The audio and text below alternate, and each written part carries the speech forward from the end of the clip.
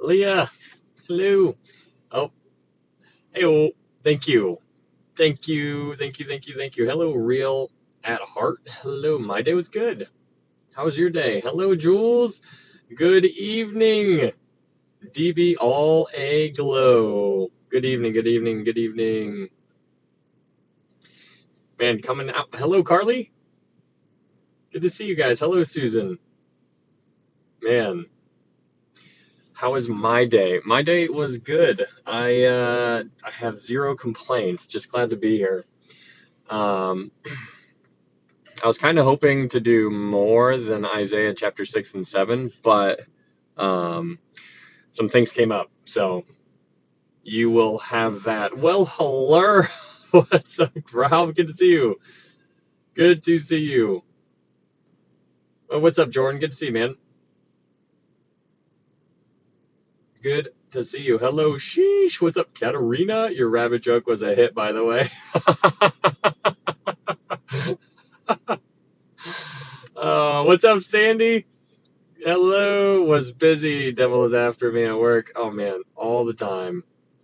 All the time. Isn't that crazy? Hello, Robin. Hey there.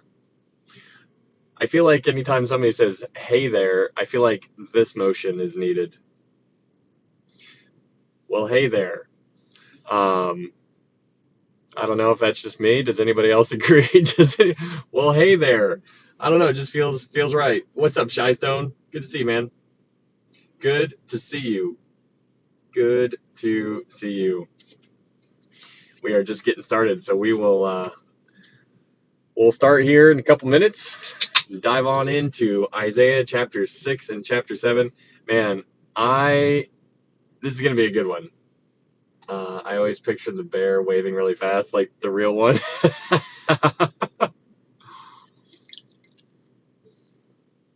Hi there, what's up, Nita? Haha, yes, it's a southern style. Well, hey there. What's up, Dennis? DJ Nick. I don't know you, but you seem like a nice young man. Oh well, thank you. I am, I am. You know what? I am a nice young. No, I'm just messing. Well, thank you. I appreciate that, Edwina Hatcher. DJ Nick, where's Holly at? She in the building? Is she in the house tonight? Southern style. Well, hey there. Well, howdy do. Let's see, how weird can we make this? Good to see you too, brother. Oh man, man, oh man.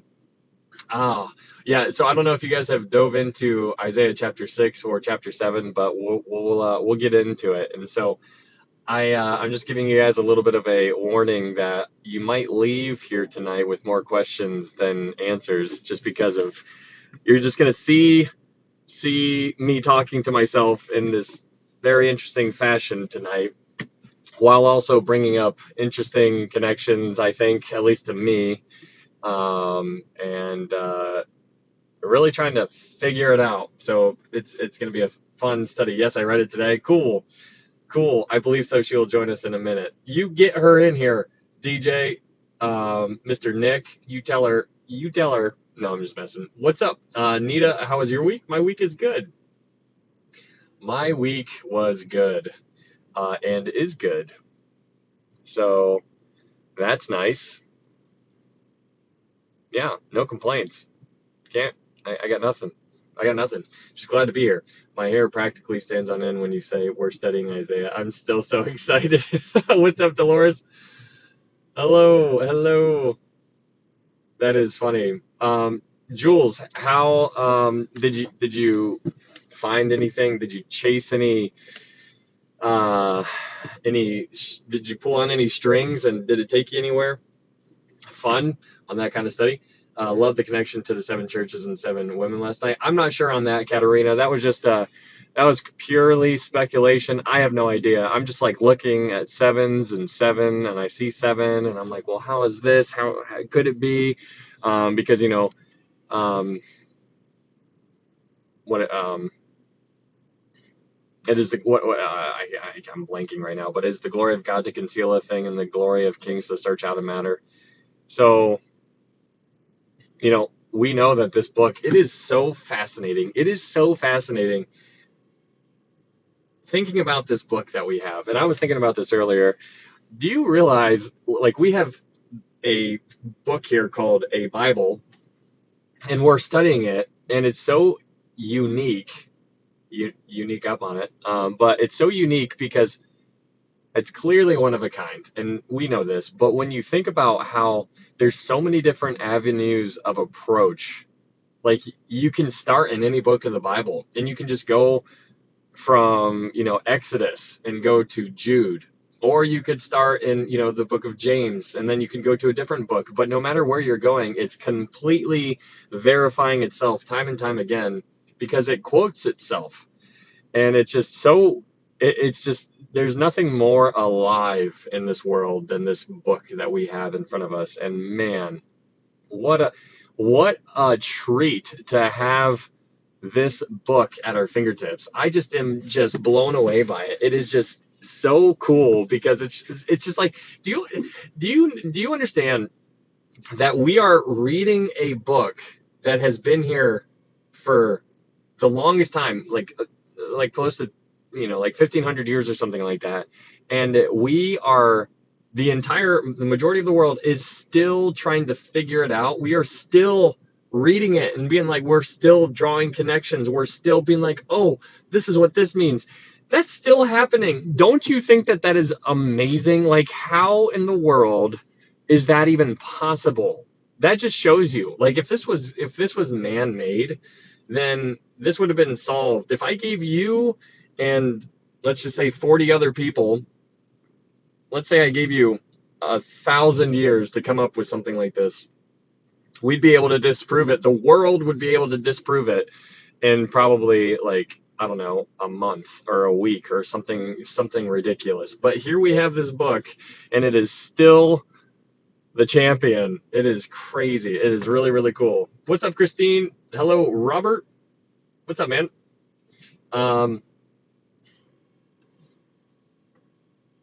Hello, Blondie. Blondie in the house. Hello, Michelle. Michelle. How much daily time do you recommend people spend a day in the Word? Oh, well, that's an interesting question, Anita. I don't know. I think that's kind of an interesting question because I think I wouldn't want it to be I think the appropriate response to something that kind of question is not how much time, but how much of your, like, it's not about like, ooh, I spent 60 minutes today. It's about your heart, right? Like, and so it's a if you look at your devotions as a slow walk with Christ, because that's how we should look at it. But the way our minds think, and because of all the things going on in the world, it's almost like I got to hurry up and read my Bible, and I read it for 10 minutes, if that, and then I'm out the door and I'm doing other things. And so you're just kind of going through the motions and you're missing the point. And so I think it's more, we should view the Bible and our, devotions as not a fast, short walk on the beach, but a slow, long walk on the beach, if that makes sense. Hello, Robert Smith. Hello. Hey, what's up, Christine? All right, I'm scrolling up here. I think I caught up. Big holiday plans weekend? No holiday weekend plans, I don't think. At least none that I was told of so far. Hello, Holly. Hello, Respiratory. I have decided I need a puppy. How you been? What's up, Savannah? I have been good, man. I have been good. How about yourself? How have you been? Hopefully you guys have been doing well too. You, Mr. Smith, Mr. Anderson, Savannah with a hello. Hello, Holly. Hi, Ryan. Wait, what holiday is it? It's Memorial Day weekend coming up. Is it bad to listen to the Bible instead of reading it? I do better when I can hear things. No, not at all, Christine. I'm the same way. I am the same way. So you're in good company. Yeah, and I don't want to do that. I'm wanting a relationship with Jesus. I love him, and he lives in my... Hello, Karen. Karen, saved by grace. I got to go work the weekend. Oh, nice. He lives in your heart. I knew that. Totally knew that. And blocked. Hello,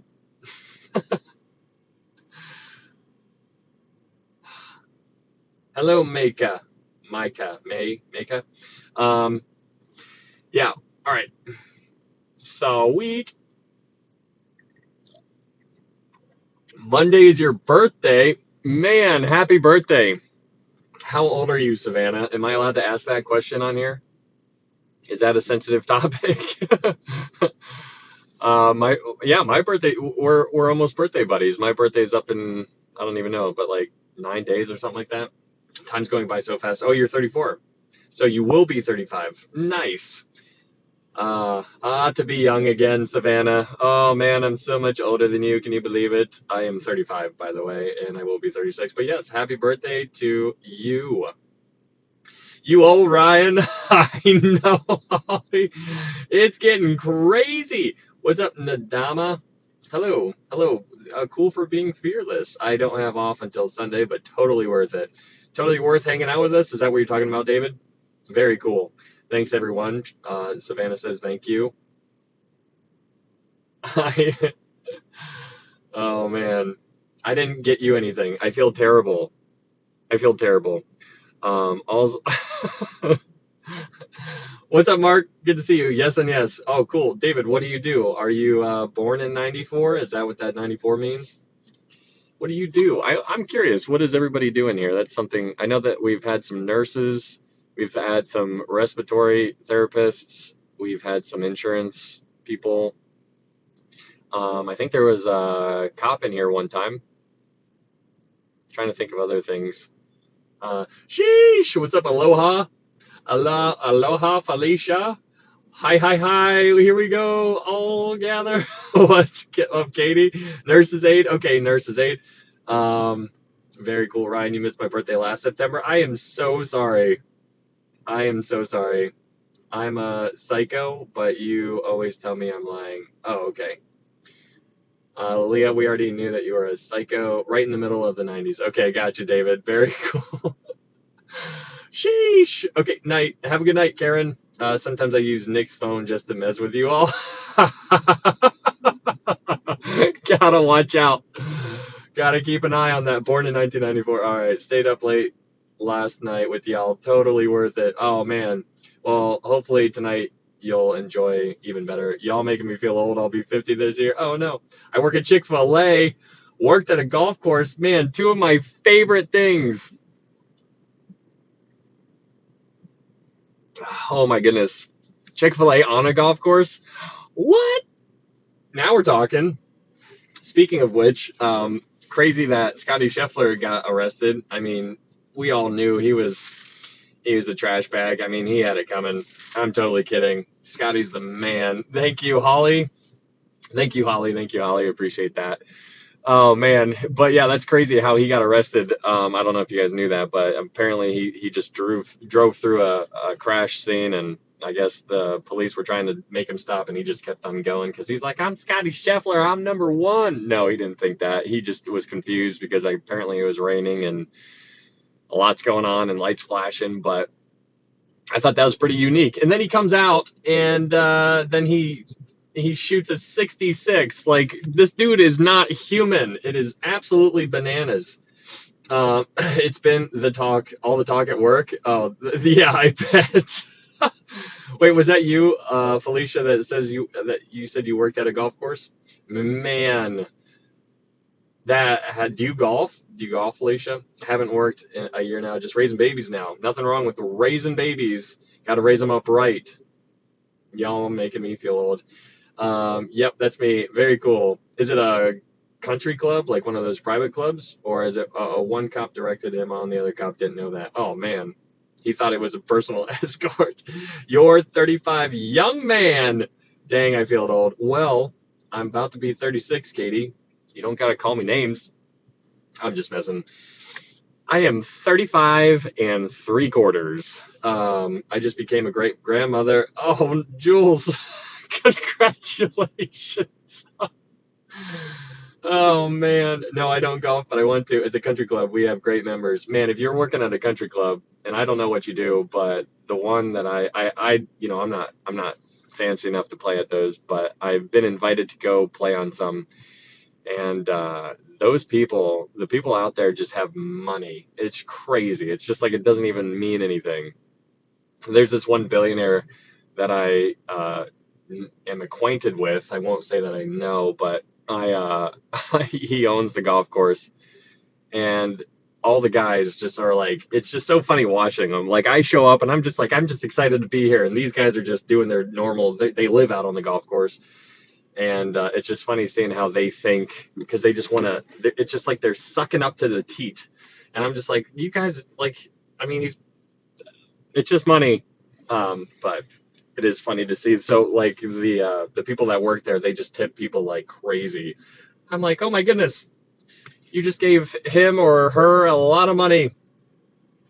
That guy, the guy that died used to be a member of my church. The guy that died. The guy that died. The guy that died. What are you talking about, Nita? Um, Ellie's mom has a review hearing tomorrow. A review hearing to see if she is gonna get Ellie back, or what's the latest on that? If I don't see your message on here, then you should message me on that. Oh, the crash. The crash. Okay. Okay. Hmm. Golf is just a man's Easter egg hunt. The city owns ours. It's a small town in the Bible Belt. A lot of them give back. Oh, very cool. That's awesome. Okay, a worker died at the PGA tourney. That is why there's confusion getting the players in. Oh, that person. Okay, man. Um, by Indiana. Okay, okay. Sheesh. A worker. Okay, I see. Nita. She's abiding by her case plan and getting her life together. Oh man. Okay. Yeah, for sure, Christine. I will. Yeah.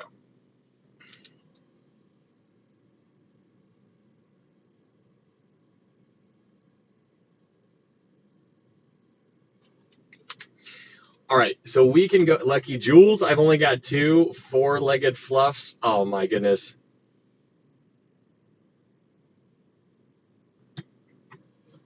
Okay, I played mini golf. Mini golf. I hope that counts. It counts, David. You're allowed. That is still difficult. The carpet, it's all kind of wonky, and even if you hit a good putt, it's going all over the place. At least that's what I tell myself for when I miss a putt. Don't get me started, man. Three putting just makes me so mad. All right, let's go ahead and get on into it. Okay, Christine, sounds good. Um, Congratulations to Jules for being a great grandmother. I mean, she already was, because she is the grandmother to us all, or in a roundabout way, you know.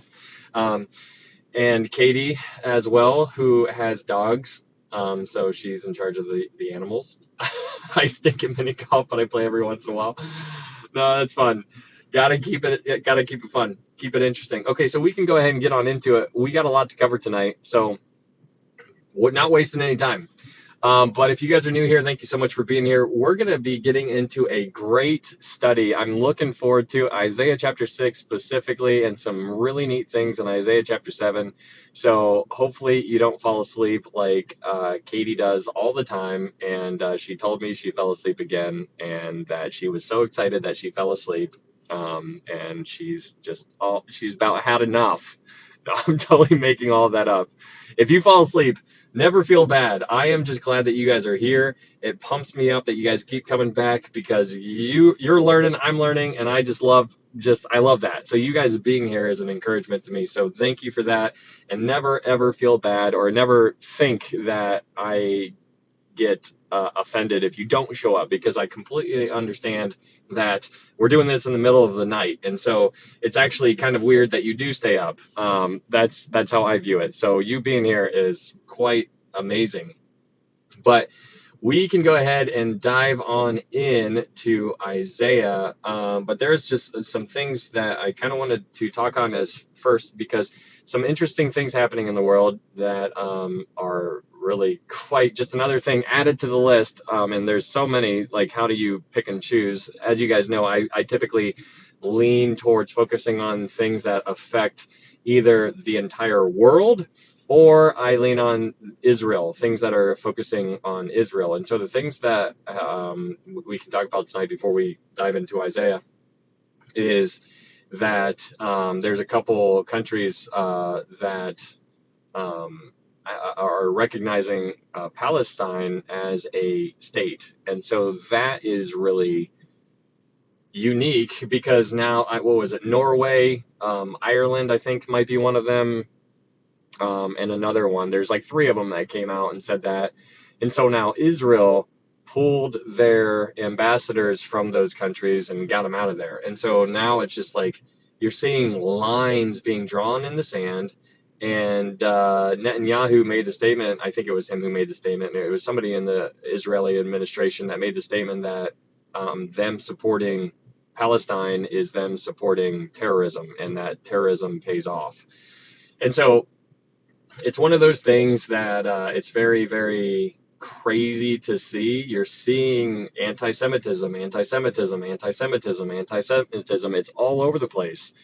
It is crazy. And then the other thing that I saw on Amir Sarfati's little channel that he has, I saw that he made a post about how there are people in the United States administration talking with the Iran administration on ending the war in Israel, and also talking about a different Israeli government. And I think that's really interesting because this is America and Iran talking about Israel, being like, hey, you know what, we're going to decide that the war is going to stop. And not only that the war is going to stop, but we're going to shuffle the deck and get some new people up in that administration. And that's fascinating because who are we to go into them into their area and tell them what to do? It's just crazy. Like, so anyways, take that as a grain of salt because I only saw the one article, but it's just fascinating. You're seeing lines being drawn in the sand as per usual. Just another day. This kind of stuff is happening all over the place, all kinds of things. And, you know, you can go on and on about all the other stuff happening in the world, but those are some of the most recent to just be mindful of. Add it to the list.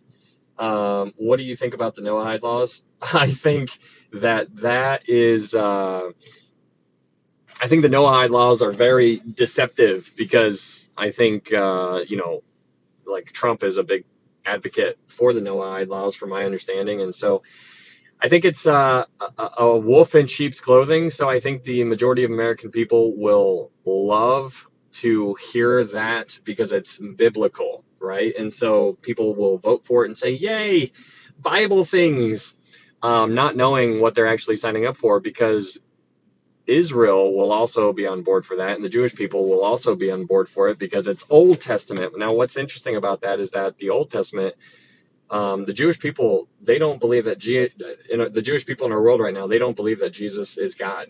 And so when you have those commands, which the Noahide laws are very ambiguous, when you look at those, like, you shall have no other gods before me, right? Well, from the Jewish perspective, worshiping Jesus is having a God before God, because they don't acknowledge God as God. And so if you worship Jesus, then according to the Noahide laws, then you should be unalived. And so, you know, that brings back the death penalty and all those types of things. And it's just very, very interesting. But I think that a lot of people will fall into that and basically accept it because they'll understand that it's a biblical saying. And again, that is the twisting of scripture. So it's important to know what you know. And so this is another thing that I wanted you guys, I was thinking about this earlier, as far as, you know, how AI, it's doubling every 24 hours or so, right? Like, it's on an exponential growth at this point. And so here's what I want you to understand for the importance of actually studying your Bible and knowing it for yourself without having to go into it, but having it in your heart and in your mind. Because there's gonna, okay, so the mark of the beast, like the beast system, we're seeing it on the rise right now. And obviously this is nothing to do with what we're talking about in Isaiah, so here we go. But the beast system is on the rise, and so if the beast system is on the rise, which I believe it is, the way that the Antichrist is going to trick everybody into his omniscience, being everywhere all at once, omnipresence, is all knowledgeable, all present, all knowing, all of those omnis. The way he's going to trick everybody into that is by using technology, right? We know this. We know that that's how it's going to be. He's going to trick everybody into thinking that he's all powerful because he knows everything all at once and he's everywhere all at once. But he's using AI to deceive people in that kind of way. And so here's the danger that is lurking around the corner. The danger is like, I want you to imagine at the push of a button, all of the words you would type into a Google or whatever kind of browser you're using to look up something biblically related is just gone. It's no longer allowed. And it's not just for this, but it's also for the Quran as well. Because we know in 2 Thessalonians, he is going to stop everybody from worshiping anything that is called God. So it's not just the Bible, but it's also Allah. He's like, no. He's like, you guys are worshiping me. And so quite literally, at the push of a button, everything, all the questions that you have, oh, I wonder what John 3:16 means. I'm going to look it up. And you can do that now. And it's very simple. You can get a quick answer very fast. But there's going to come a day to where that is no longer the case. And there's going to come a day to where that is illegal. There's going to come a day to where that is punishable by death. And that is what is crazy to think about what's going on. That's right at our doorstep. We are right there, and you're seeing it. You're seeing the foundation being poured. It is crazy. And so you need to look at your Bible and you need to treat it as if it's going away real soon as far as like the technology is concerned. Now, the hard copy is still going to be here. But I'm saying like all of like the computer stuff, like you might have had a downloadable program or whatever, anything that's digital can be taken away at a moment's notice. And that is really quite interesting to think about. It brings a whole new light to the verse, thy word is a lamp unto my feet and a light unto my path. Like we're supposed to hide his word into our, like we need to know. I don't know. I'm just trying to think about how it's going to look, and I have no idea, but I'm just, we know that the beast system is going to be here eventually.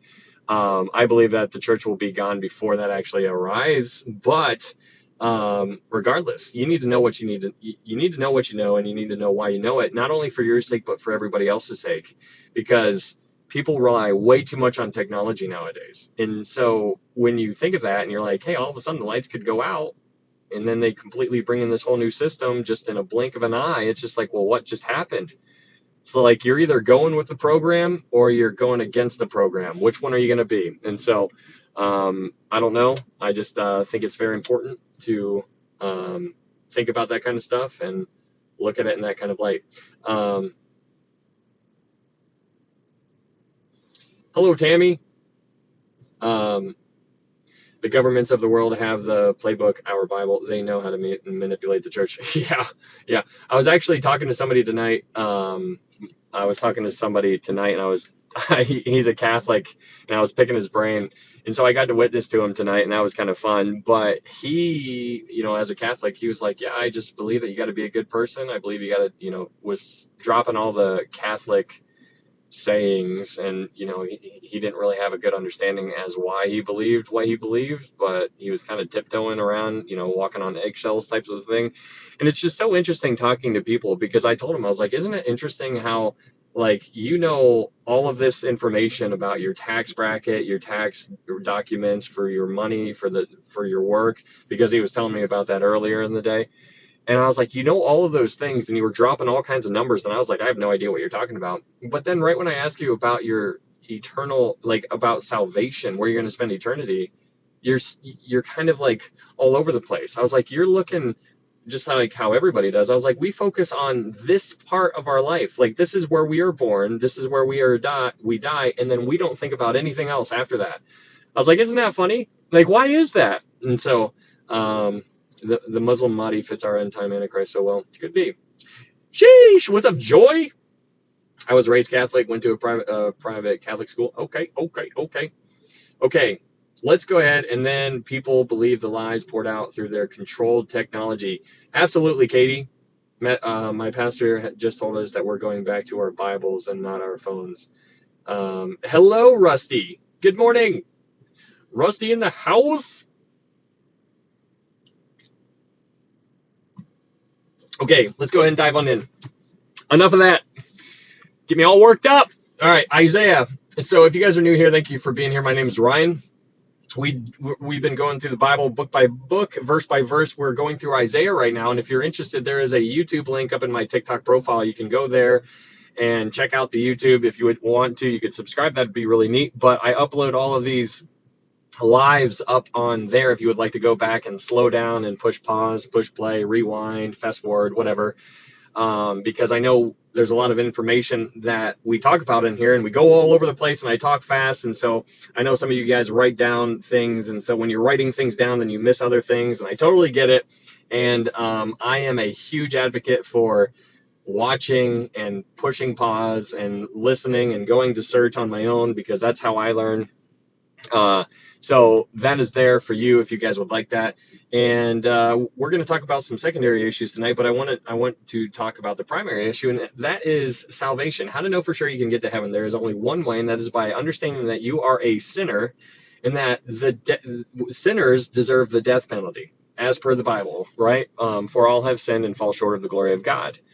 And then in Romans 6:23, it says, for the wages of sin is death, but the gift of God is eternal life through Jesus Christ our Lord. Hey, thank you, Candy.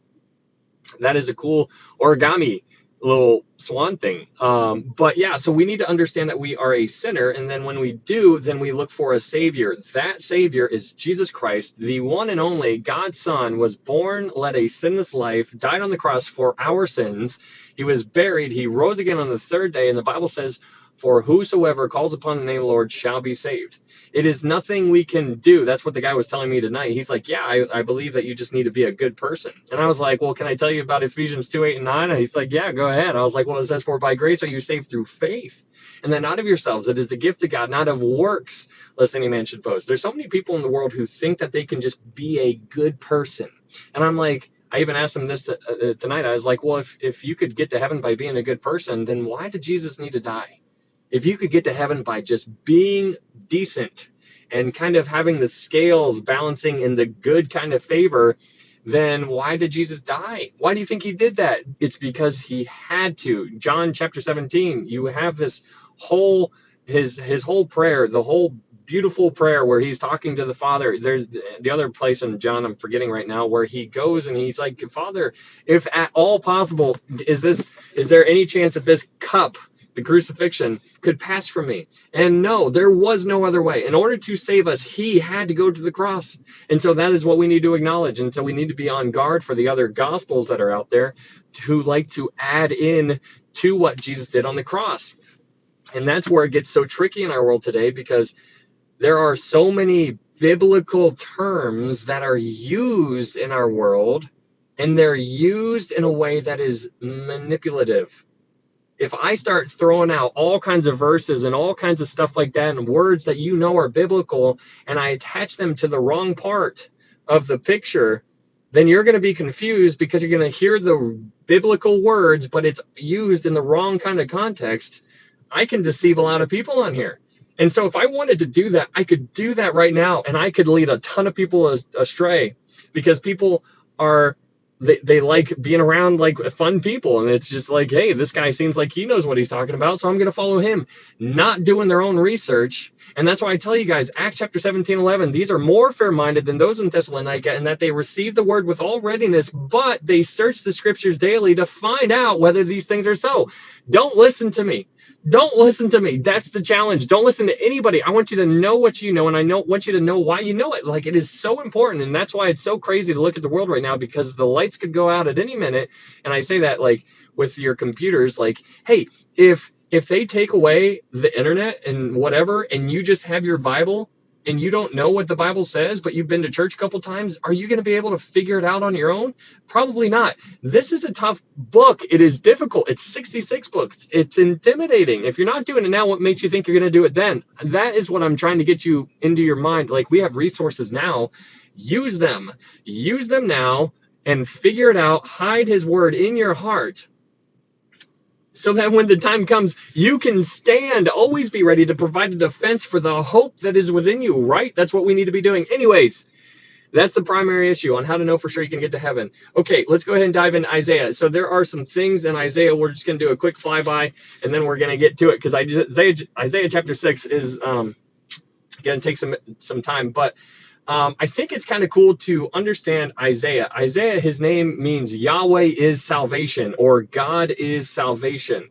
So one of the things that's really cool about Isaiah is that he is focusing on God's redemptive work.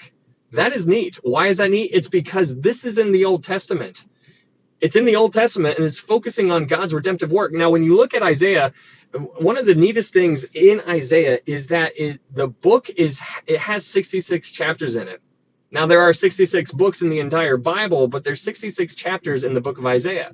So Isaiah mirrors the entire Bible. It is astounding. Like, when you see that, and you're like, oh my goodness, because the first 39 chapters in Isaiah are paralleling the Old Testament. The last 27 chapters in Isaiah are paralleling the New Testament. And that is proving itself time and time again. So when you see that, it should just enforce the divine, or the God-breathed idea of this book being from God above. And that is what we need to acknowledge. This book is it's out of this world. It's alien. Like, alien means that it's not from this world, right? And so it's great. Like, I don't mean to be irreverent by saying that, but that's kind of just to get the thought across to you, like, is to make you understand that this is not of this world. It is from it is from God. And so we're going to go into the throne room tonight, and we're going to try to get a glimpse of what is going on outside of our reality. What we see right here, it's going away. And so we need to remember that everything that's happening in our world right now, it's here. It is a vapor. It is, no matter what you do to try to save the planet, this planet is going away. It's going to go away with a big bang. And that's what 1 Peter or 2 Peter talks about. It's going to go away with a loud noise. It is crazy. This place is going to dissolve away. So the things that we hold on to and the things that we love so much, don't you know it doesn't matter. And so where are you laying up? Where's your treasure at? Are you laying it up in heaven? So it should be in our hearts to trying to, like I say before, reprogram your mind on things above, on spiritual things. That's why when you stand before the judgment seat of Christ, if you are born again, you're going to stand before the judgment seat of Christ, and then the things that you're doing for the Lord will be set on fire, and they will remain. The things that you're doing for nothing, like that don't matter, are what is referred to as wood, hay, and stubble. It's going to be burned up. It's going to be gone. And that is crazy. So we need to focus our time and our energy on spiritual things. And it's, how are you doing? How are you doing? Are you doing good in that category, or are you not? Do you just keep saying, I need to do better, but you don't, and then you never act on it, but you acknowledge that you do? Man, where are you? Like, it's so relatable too. And I don't want this to seem like I'm beating down on you or anything like that, because I'm not. This is just very relatable, because I'm the same way. It's a challenge. It takes discipline to dive in here. And then the more you do it, the more you want to do it. The more you learn, the more you're like, oh my goodness, I had no idea. Are you kidding me? Before we started this whole Bible study, I thought I had a good idea of the Bible. I looked at it, and I looked at my friends, and I looked at some of the people that I knew, and I was like, I kind of know more than everybody else here, just because of how I was raised. But now that we've started this study, I know so much more. And the more that I know now, the more that I realize how much I don't know. And the more I realize how much I don't know, the more I'm like, my God, you are amazing. You are amazing. Are you kidding me? What else is going on in here? And so I want you guys to, hopefully this is kind of rubbing off on you guys to want to learn more, because this is neat. There are so many reasons why Isaiah is so cool, but one of the things that I tried to get you guys to understand last time is from Isaiah's perspective, imagine Isaiah is right here, and his eyes, like here's his body, and his eyes are looking out this way.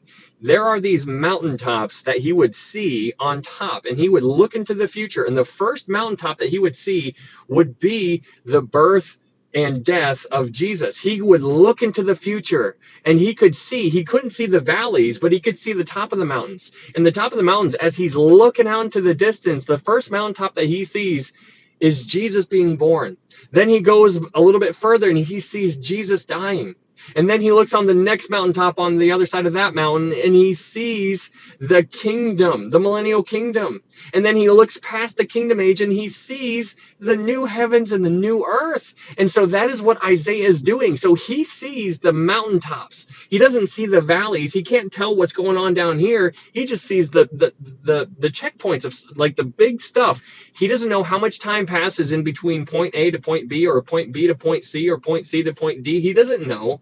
He just is getting an overall flyby of history, and you and I are the beneficiaries of that kind of information because we are reading that kind of stuff right now. So in this book, we get so many cool things. One of the coolest things when you think about this, when you think about this book, is that it talks about an event before time even began.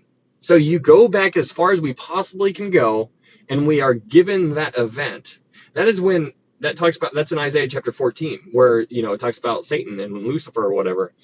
And so that's before time began. And then it goes, we have the event in time that is so far into the future that we have no idea what it's going to be like. So we have the two events in history that are the furthest from one another before time began, and in future where there isn't going to be no more time again. And it's just like, what does that mean? Time is going away? Yeah, time's going away. It is crazy to think about that. And so those events are both in this book. That is bananas. Like, are you kidding me? We're both going to learn. We're going to be learning about an event that happened before the world began, and we're going to learn about an event that happens after the world ends, and we're going to read about that in the same book. Yeah, that's what Isaiah is going to be talking about. Isaiah is cray-cray.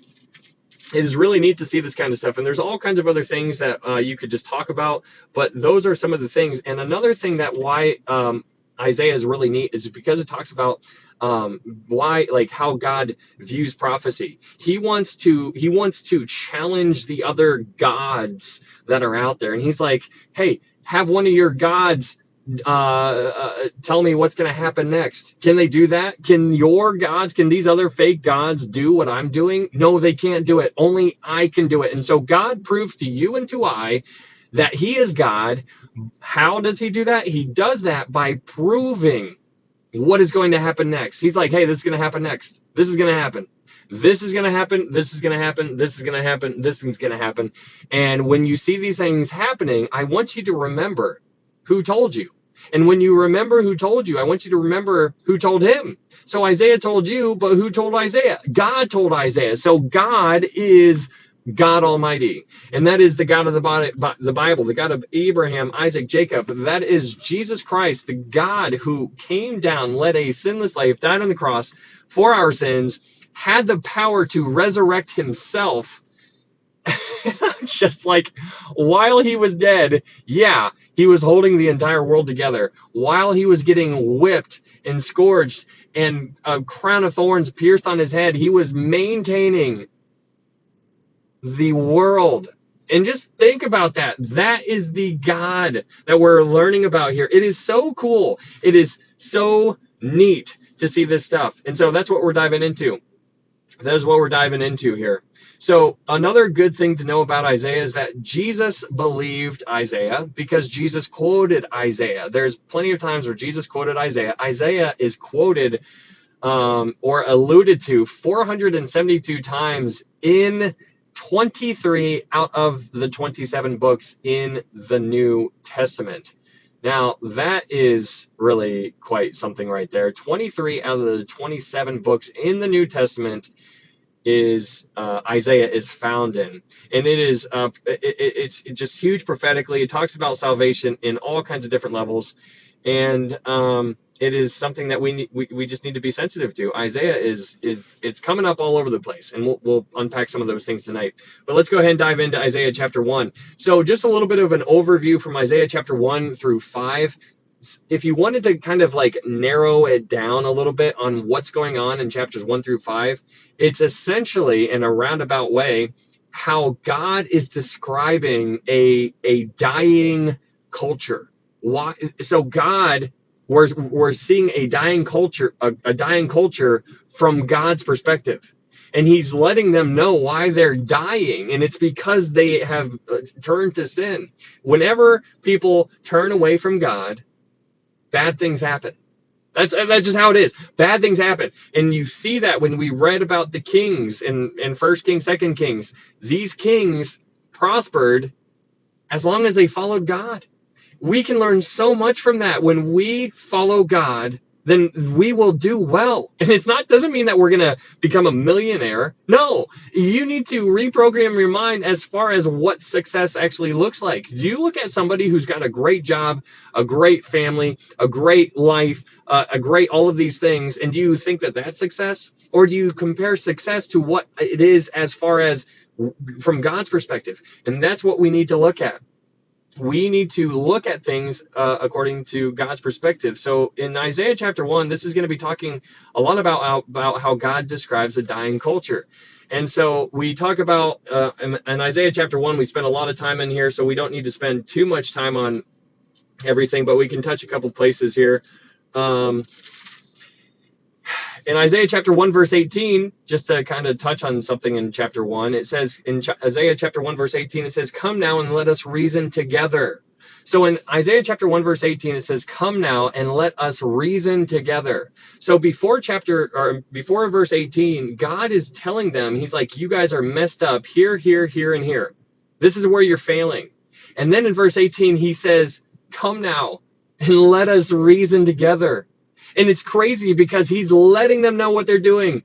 And then he says, can we talk about this? Can we fix this? What do we got to do? He says, "Come now and let us reason together." That's crazy. God is wanting to reason with us. But this is talking towards Israel. Israel is a hot mess. And then he says in verse 18, "Though your sins are like scarlet, they shall be as white as snow. Though they are red, red like crimson, they shall be as wool." And we talked a lot about that word crimson there in verse 18. That word crimson there is tola.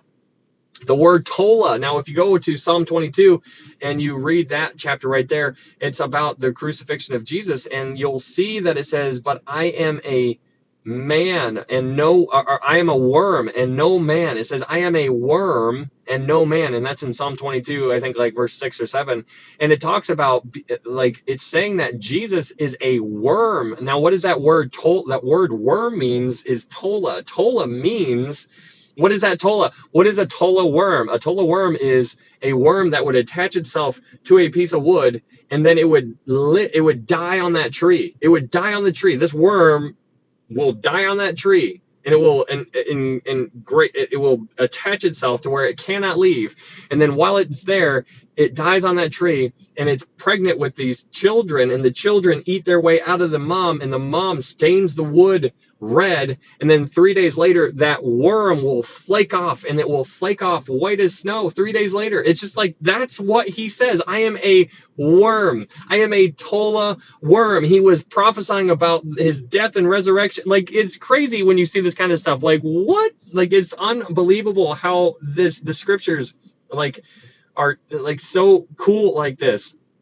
But anyways, if you continue reading in Isaiah chapter 1, verse 23, it says, "Your princes are rebellious and companions of thieves. Everyone loves bribes and follows after rewards. They do not defend the fatherless, nor does the cause of the widow come before them." So you see that this culture is completely corrupt. They are a hot mess, and Isaiah is calling them out. He is calling them out, but he's doing it by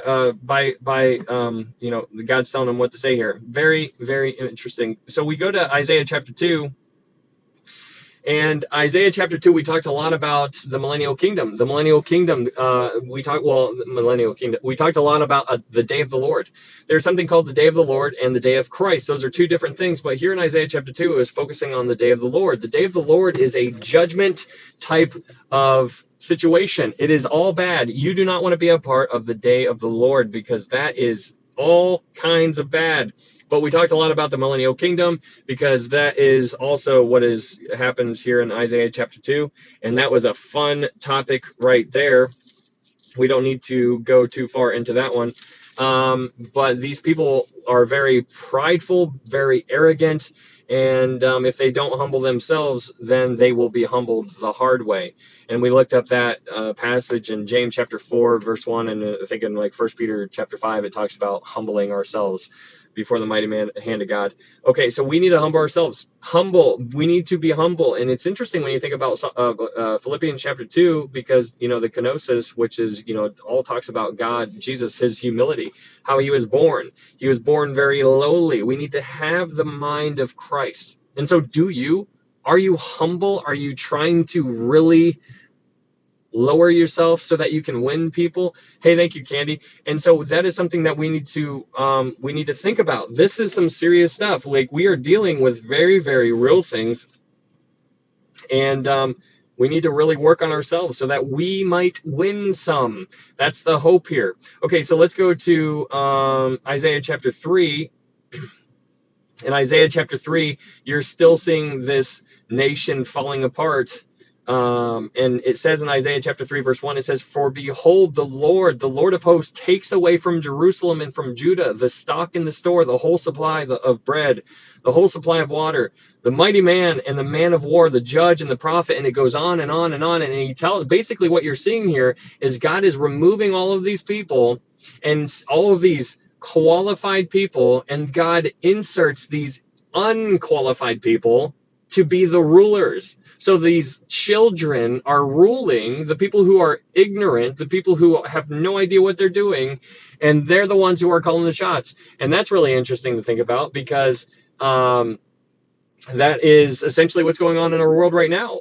We are being ran. It's so interesting looking at what Isaiah is talking about, how he's directing a lot of this towards Israel, how it applies to our world in America right now as well. It is very sobering, to say the least. So that is what's going on in Isaiah chapter 3 in a roundabout way. We went to Isaiah chapter 3, verse 18.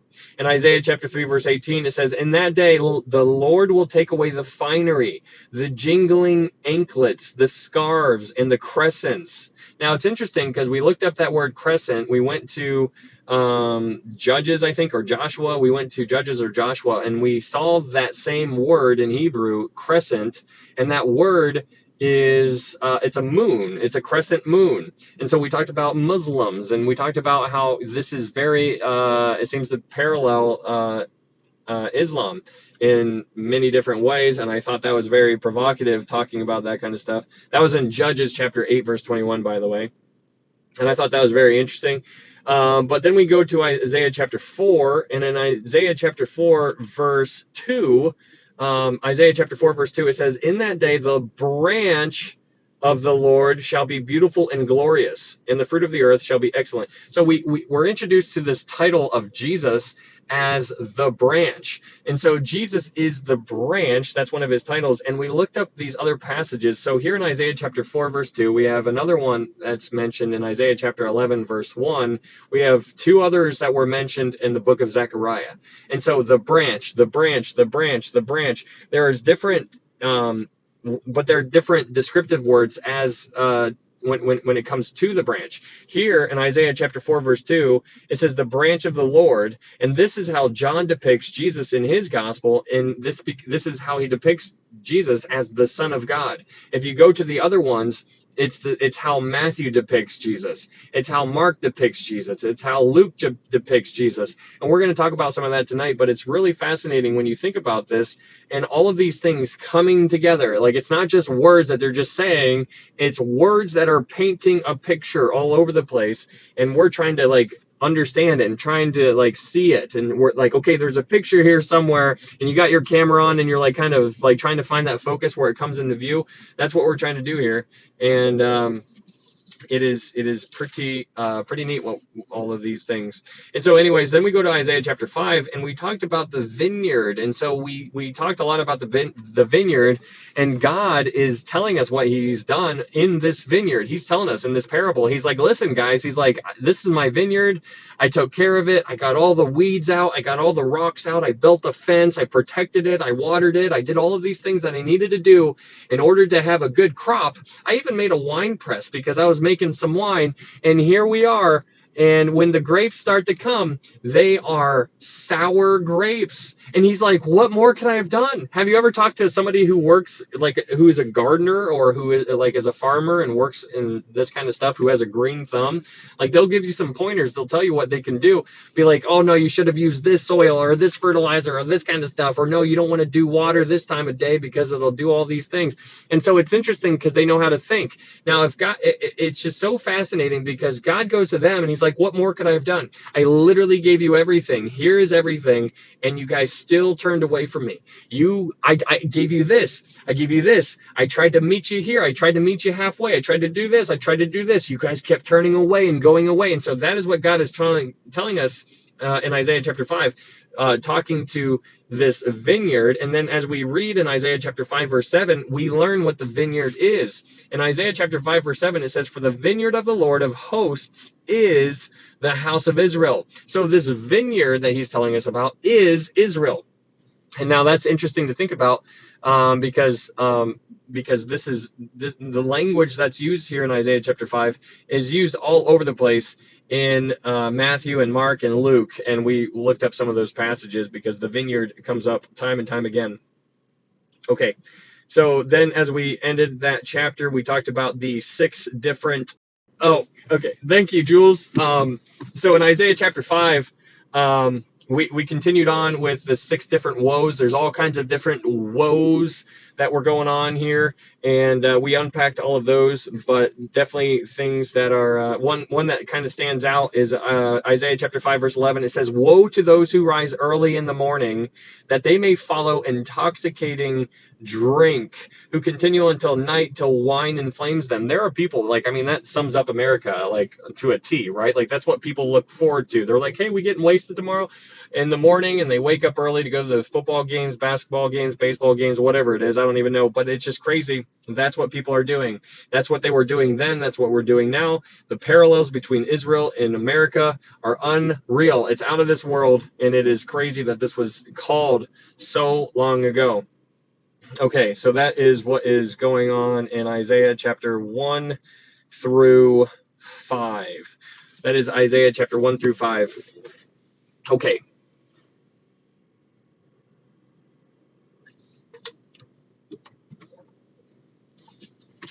Hello, Barb.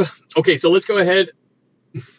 Hopefully that was, hopefully you guys learned something there. If you missed any of those are up on YouTube. If you guys are interested, there's a YouTube link up in my TikTok profile. I upload all these studies up there, and so that is a tool if you would like it. It is there. There's just click on the link in my TikTok profile. It's right under my silly little face, and you can go there as you would like. So let's go ahead and get on into Isaiah chapter 6. Let's go ahead and get on into it. Isaiah chapter 6. It's going to be a good one. Hopefully you guys enjoy it. We're gonna go all over the place. But Isaiah chapter 6. Let's go. So in Isaiah chapter 6, we need to remember. Well, let's read the first one. In Isaiah chapter 6 verse 1. Just getting right on into it. I guess before we do that, let's read Isaiah chapter 1 verse 1 so we can remember the background. and set the scene here. In Isaiah chapter 1, verse 1, it says, "The vision of Isaiah, the son of Amos, which he saw concerning Judah and Jerusalem in the days of Uzziah, Jotham, Ahaz, and Hezekiah, kings of Judah." Okay, so now we're trying to remember where we're coming from so that we can dive on into Isaiah chapter 6. But Uzziah was the king who was alive from chapters 1, 2, 3, 4, and 5. So Uzziah was the king. So here we're going to dive into Isaiah chapter 6. In Isaiah chapter 6, verse 1, it says, "In the year that King Uzziah died, I saw the Lord sitting on a throne, high and lifted up, and the train of his robe filled the temple." Okay, so this is really this verse is just wild for so many different reasons. So we are going into the throne room of God here as what we're about to dive into, and it's just really fascinating thinking about Isaiah's experience. That's just it's out of this world, literally. But it says in verse 1, it says, "In the year that King Uzziah died." So the king of so just to kind of remember, there is the northern kingdom and there is the southern kingdom. Now, the northern kingdom is called Israel. The southern kingdom is called Judah. Now, Uzziah was the king of the southern kingdom. He was the king of Judah. Okay, so that is important to understand because of what we're going to be talking about when we get to chapter 7. But just in case you missed it, you have the 12 tribes. They divided. The 10 tribes went to the north. They were called the northern kingdom, or Israel. And then the Judah and Benjamin stayed south, and they were called Judah. So you have Judah and Israel, but they were all of the tribe of Israel. It's kind of confusing around in some cases, but it's important to keep up on that. So when you go to Isaiah chapter 6, verse 1, it says, "In the year that King Uzziah died, I saw the Lord sitting on a throne." Now, why this is interesting is because, so put yourself in Isaiah's shoes real quick. So you're Isaiah, your king was a guy named Uzziah. You're Isaiah, and your king was Uzziah. You were prospering for the most part under this king. Everything was doing really good. You're like, let's go, man. We got a good king. We got a good president. I'm so excited for this. Am I lagging? Oh, man. Am I lagging?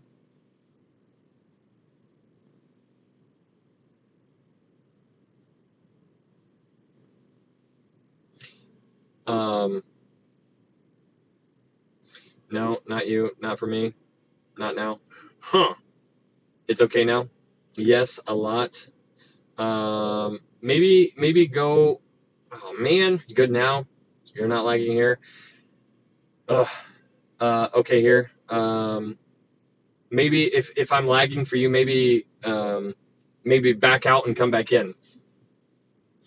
Okay, so just let me know if I am, if it's all, hopefully it's not bad. But so going back to what I was saying, imagine you are Isaiah, and imagine your king is Uzziah. Okay, so you're Isaiah and your king is Uzziah. Everybody looks at Uzziah. He's a good king. He does things pretty good. He didn't really mess up that much, and everything is kind of prospering because he was following the Lord, right? That's what we need. That's how this was.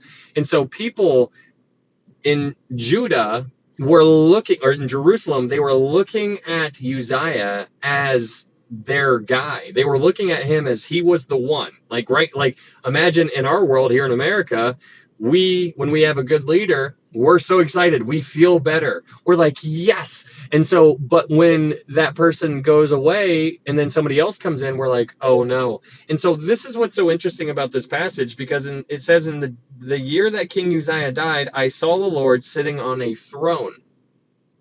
Now, under Uzziah, everything prospered. They had all these kind of aqueducts. They had all kinds of water, plenty of food. They were expanding in certain areas. They were doing well. And then all of a sudden, this king, he dies. And so now all of a sudden, this throne is vacant.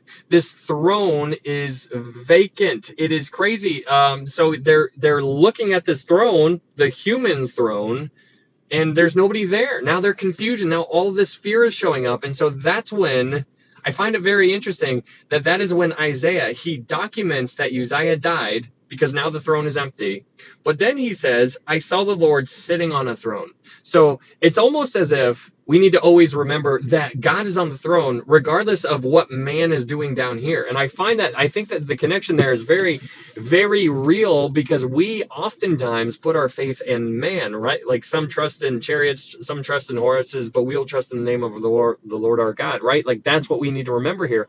God is on the throne regardless of the circumstances that you're going through. And that's important for you to remember, and it's important for me to remember as well. But it says, in the year that King Uzziah died, I saw the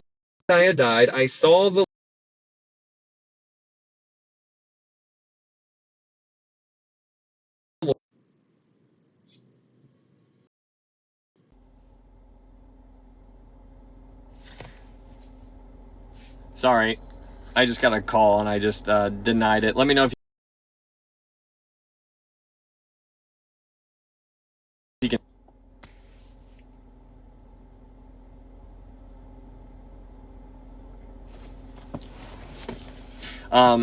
Can you hear me? Man, all kinds of stuff happening right now. It's crazy. You can hear me now? Okay. Lagging here now too. Yeah, somebody just called me twice. So, good friend. So hopefully it'll get back to where it was. A little lagging. All right. Yeah, no, my phone was receiving a phone call and I just was like, not today. So, let me know if we'll give it a second. Hopefully it's better here. Yeah, it might have been just because I was getting a phone call there. So hopefully it'll get better here in a second. So, fine here. Hello, Lainey. Better? Okay. Yeah, hopefully it's, if we give it a second.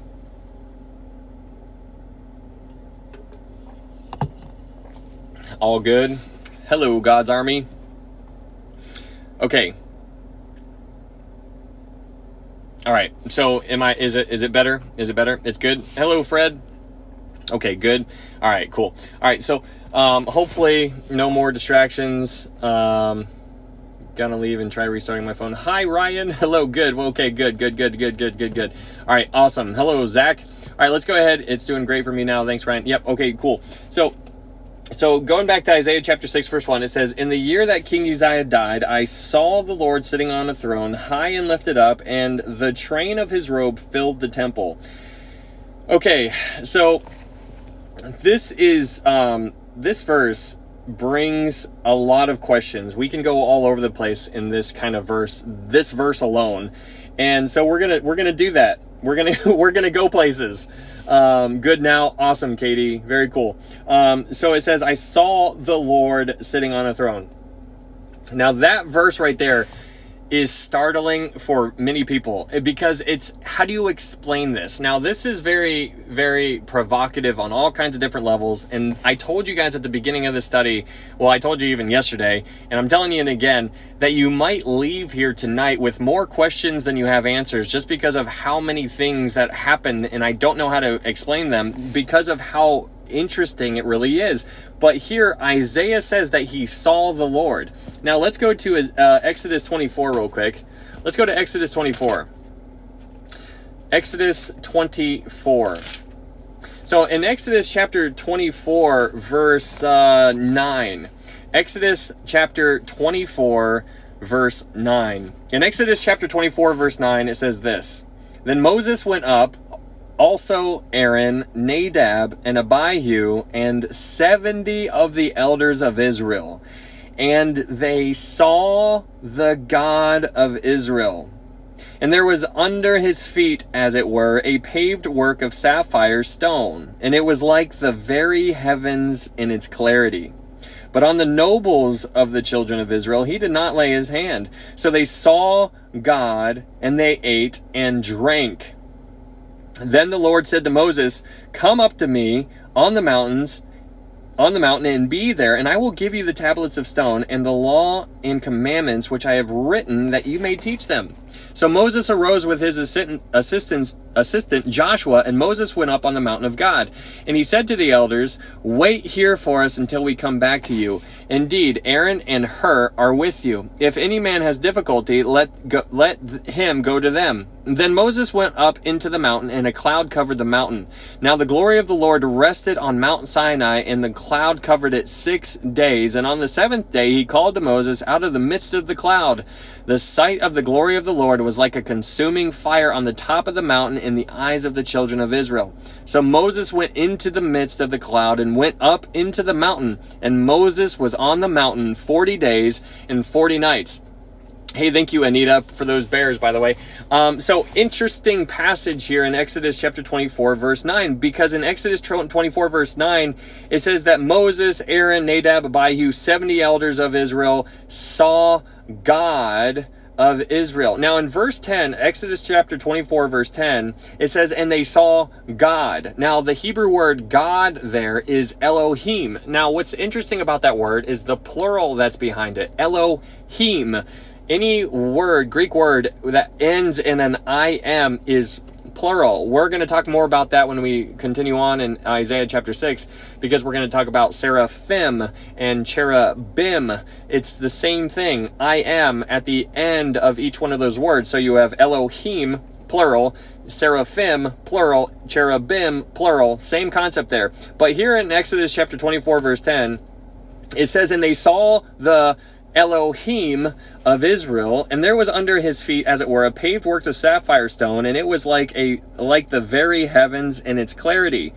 Verse 11, it says, "But on the nobles of the children of Israel he did not lay his hand, so they saw God, and they ate and drank." Now, first off, how cool is it that I love how it's eating and drinking is always added in here. It's always added in. Like when you look at what Jesus did, like before the crucifixion, after he rose from the dead, they were eating. They were eating, they were drinking. That's like we're going to the marriage supper of the Lamb, right? Like we have that to look forward to. So eating and drinking is that's of God's nature. It's so interesting to think of God's nature. Like, do you understand, like, when you think about the nature of God, like it's so curious, because we look at ourselves. It is natural for me to sin.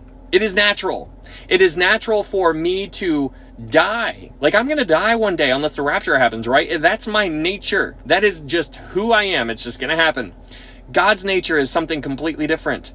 It is whatever affects you and I, whatever affects this planet, he is outside of that. It does not apply to him. That is crazy to think about. Like, that is his nature, is to not be affected by that. He is outside of all of these things. He's the only non-created thing. He is the only creator. It is crazy thinking about that kind of stuff.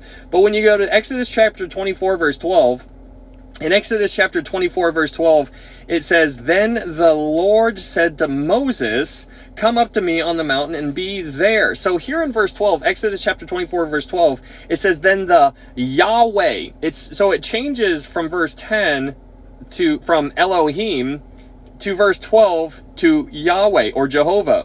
So it's very fascinating seeing this interaction going on here. So that is in Exodus chapter 24, verse 9, 10, all the way through 18. But my point here is that it tells us here that they saw the God of Israel. Now, who is the God of Israel? That's really interesting. It's fascinating. So we're gonna go there. Let's go to Joshua chapter 5 now. Joshua chapter 5. Joshua chapter 5. Go to Joshua chapter 5. Joshua chapter 5, verse 13. Joshua chapter 5, verse 13. In Joshua 5:13, it says this, "And it came to pass when Joshua was by Jericho that he lifted his eyes and looked, and behold, a man stood opposite him with his sword drawn in his hand. And Joshua went to him and said to him, Are you for us or for our adversaries? So he said, No, but as commander of the army of the Lord, I have now come.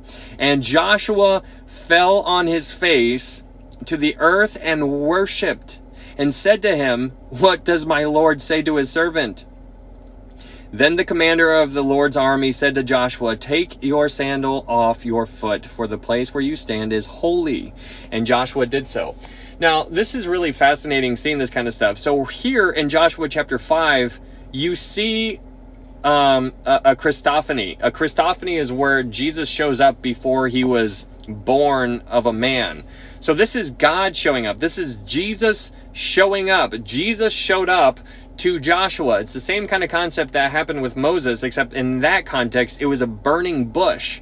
Now, when Moses talked to the burning bush, he was talking to Yahweh or Jehovah or Jesus before he was born. And that's crazy. So here Joshua is talking to the commander of the Lord's army. That's Jesus. It's so crazy to see this kind of stuff. And so what I'm trying to get to you here, and just trying to draw some connections as far as trying to wrap your mind around something that's really undoable, in my estimation, is to acknowledge what the Bible says and try to figure it out. Now, it's difficult because some people will say, oh, this contradicts it, right? Like a lot of people, like Muslims will say, oh, nobody can see God's face, but here people see God's face. How are they still alive? Nobody can see God's face and live, right? Like that's what but like there are times where obviously that's not the case, because God showed up here, he showed up here, he showed up here, he showed up here. People have seen his face. But here, let's go back to Isaiah chapter 6. Isaiah chapter 6, verse 1, it says, "In the year that King Uzziah died, I saw the Lord." Now, I want you to note that, and this is just for your information, that it says, "I saw the Lord." Now, if you've been paying attention as we've been going about this book so far, there are times where it's Lord, like Adonai, and then there's times where it's Lord, Jehovah. And so here it's not Jehovah, it's different context. So it's interesting to pay attention to that. And what I mean by that is, let's go to Isaiah chapter 6, just so you can see it. Isaiah chapter 6 verse 3. Just look at Isaiah chapter 6 verse 3. In Isaiah chapter 6 verse 3, it says, "Holy, holy, holy is the Lord," but that's all capital letters. It's a different word. My point is that it's really tough to really wrap your mind around this, but it says, I saw the Lord sitting on a throne, high and lifted up, and the train of his robe filled the temple. So who did he see here? Now let's go to John chapter 12. Let's go to John chapter 12 real quick. John chapter 12, verse 4, let's go to John chapter 12. In John chapter 12, verse 38, John chapter 12, verse 41. So in John chapter 12, verse 41, it says this. Now this is Jesus talking in John chapter 12. In John chapter 12, verse 41, it says this: "These things Isaiah said when he," referring to Isaiah, "when Isaiah saw his glory and spoke of him." Now this is Jesus talking here in John 12, verse 41. And so I believe personally, now there are people who disagree on a lot of the things that we're talking about, because this is a very controversial kind of chapter in many different ways, but I believe Isaiah saw Jesus, and I believe Jesus was confirming that Isaiah saw Jesus while Jesus was boots on the ground. In the Gospel of John, I believe Jesus was bringing Isaiah to the surface and saying, yeah, he saw me. Yeah, remember that? Remember what before Abraham was, I am? Like, remember all of those things that Jesus said when you read the book of John? Like, he's like bringing people back. He's like, you guys don't remember, like, do you guys not know who I am? He's like, you guys are looking at time as if that affects me. He's like, no. He's like, where I come from, this does not exist. Like, time is not a thing. And he's trying to, how do you explain that to tiny humans? Like, how do you break that down to people like us? Like, how can you really wrap around that kind of situation? So when you go back to Isaiah chapter 6, it's a mind-bending kind of conversation to have about how did he see? How did that happen?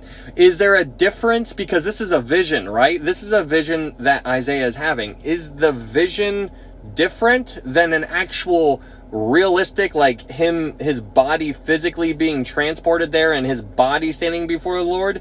Is there different rules that apply to seeing God in that kind of context? Was it a reflection that he saw? But it tells us very clearly that he saw the Lord, and it continues on, and it basically confirms that as we continue reading through Isaiah chapter 6. So there's some questions there. I don't know how to answer them, but it's provocative to say the least.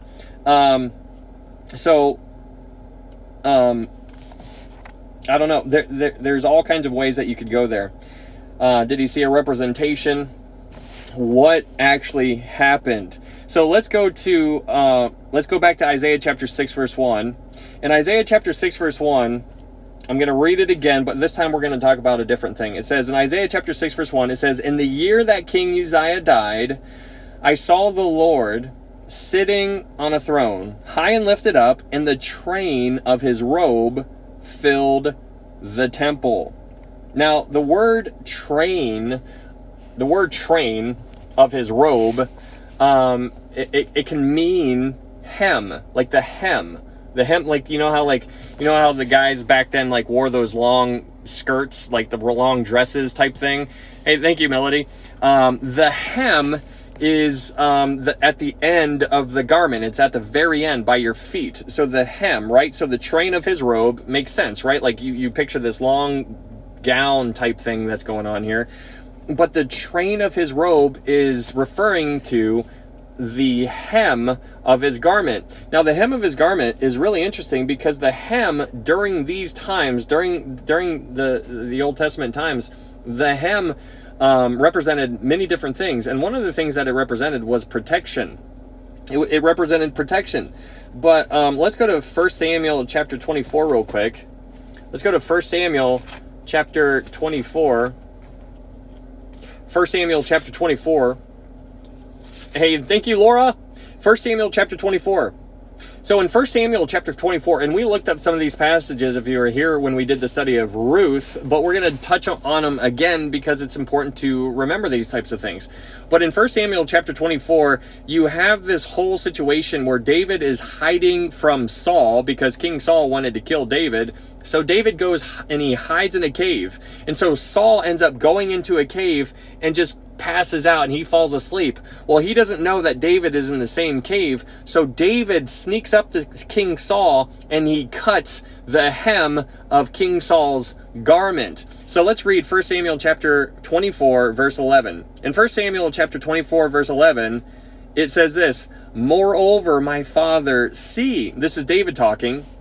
He says, "Moreover, my father, see, yes, see the corner of your robe in my hand. For in that I cut off the corner of your robe and did not kill you, know and see that there is neither evil nor rebellion in my hand, and I have not sinned against you, yet you hunt for my life to take it." So David wanted to prove his innocence by not taking advantage and ending his life when he could have, and instead of ending Saul's life right then and there, he just cut the hem of his garment. Now, the hem of his garment is very interesting because of all kinds of different reasons. The way that they would used to operate back in the day is that the hem of the garment is where their authority would be worn. So these people would, if I was somebody that was somebody back then, you know how like in our day today, like if you're a sergeant or a lieutenant or a captain or whatever, we have like their ranks on their collar here or their rank on their shoulder. That's where we know who people are. Like everybody looks at the shoulder, everybody looks right here to see who you are in the military. That's how they see who you are. Same was true back then, but to them, it was on the hem of their garment. And so what they would end up doing is that if I was going to send or make a decree in some kind of fashion, I would stamp the hem of my garment onto soft clay, and I would push it into one another, and then I would take the clothing away from it, and on the clay would be the sign of who I am, and it would have my authority imprinted into the clay. And so everybody would see that and they'd be like, oh, this is clearly from King Saul, or oh, this is from King David, or oh, this is from this person or that person. So the hem of the garment was very important during these times. And so that's what's so interesting about what we just read in 1 Samuel chapter 24. But let's also go to Ruth. Let's go to Ruth chapter 3. Ruth chapter 3, and let's see a different picture here. In Ruth chapter 3, you have this beautiful picture, this story where Ruth, she sneaks up to Boaz in the middle of the night, and she uncovers Boaz's feet and covers her with his garment. And so in Ruth chapter 3, verse 7, Ruth chapter 3, verse 7. In Ruth chapter 3, verse 7, it says this, "And after Boaz had eaten and drunk, and his heart was cheerful, he went to lie down at the end of the heap of grain. And she came softly, uncovered his feet, and lay down." Verse 8, "Now it happened at midnight that the man was startled, and turned himself, and there was a woman lying at his feet. And he said, 'Who are you?' So she answered, 'I am Ruth, your maidservant. Take your maidservant under your wing, for you are a close relative.'" Now Ruth approached him. That's very interesting. The whole story of Ruth and Boaz, it's wonderful. But just a spoiler alert, Boaz represents Jesus. Boaz represents Jesus. Ruth represents the church. So you see her going up to him. She uncovers his feet, and she lies down, and then she says in verse 9, "Take your maidservant under your wing." Now the word wing in verse 9 has the idea of skirt or garment. So she says, take your maidservant under your garment, because under your protection, under your authority. That's what she was saying to Boaz. And that's really fascinating, because that's again another picture of why the hem was so important to understand for their culture. But let's look up another thing. Let's go to Matthew chapter 14, and we'll see some examples in the New Testament. Matthew chapter 14. So in Matthew chapter 14, verse 36, Matthew chapter 14, verse 36, in Matthew chapter 14, verse 36, it says, and begged him, Jesus, and begged Jesus that they might only touch the hem of his garment. And as many as touched it were made perfectly well. Now, why were they touching the hem of his garment? That is where the power, that is where the authority was in their culture. Very fascinating. Let's look up one more. Let's go to Luke. Luke chapter 18. Luke chapter 18.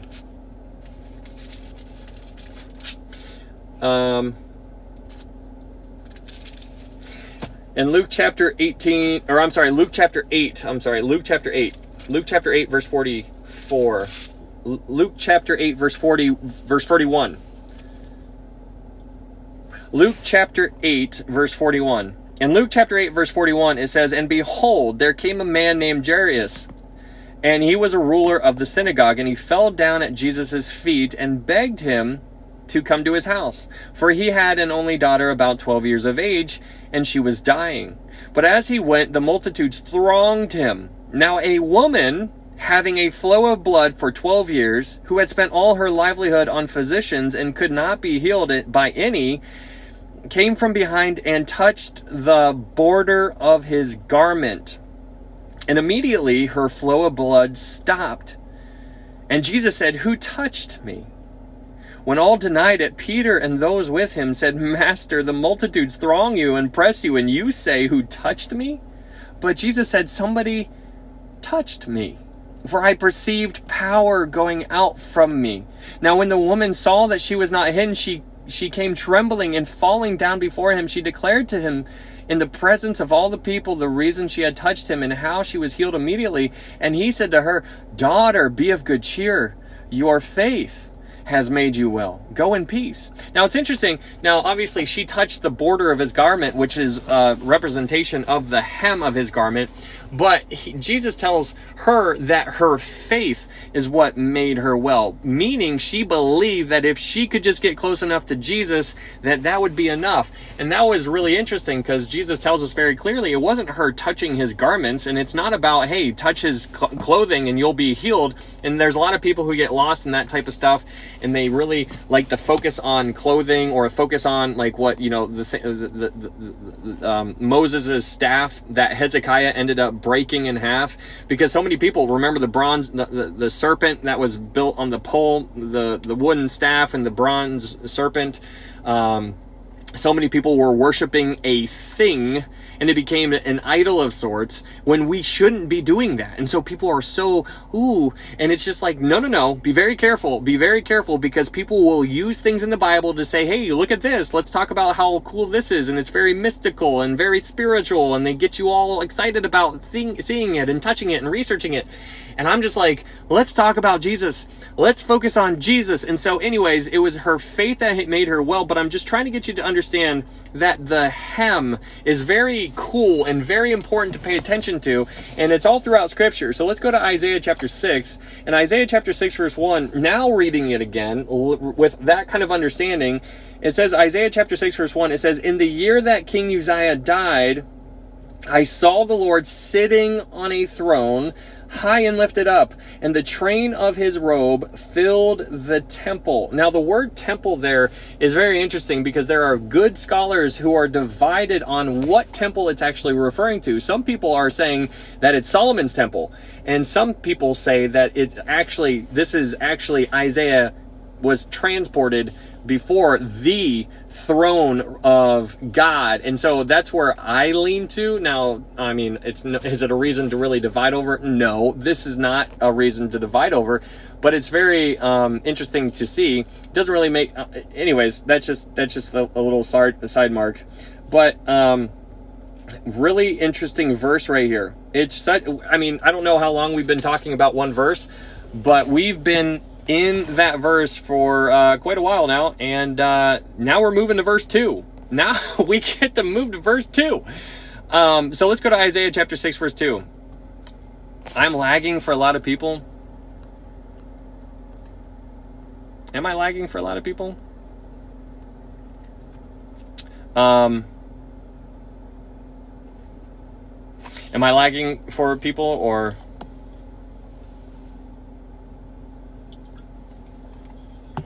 No, yes, good here, not me. Hello, Letitia. What's up, Dana? KB, no. Tiffany, no. Hello, Tiffany. Hello, DJ. No, not me.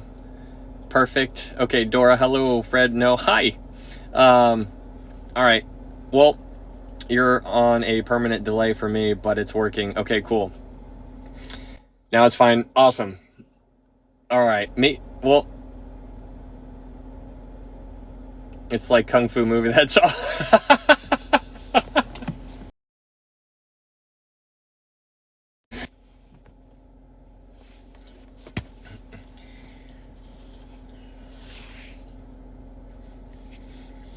So, I keep getting phone calls, and that's probably what's mixing it up, or messing it up right now.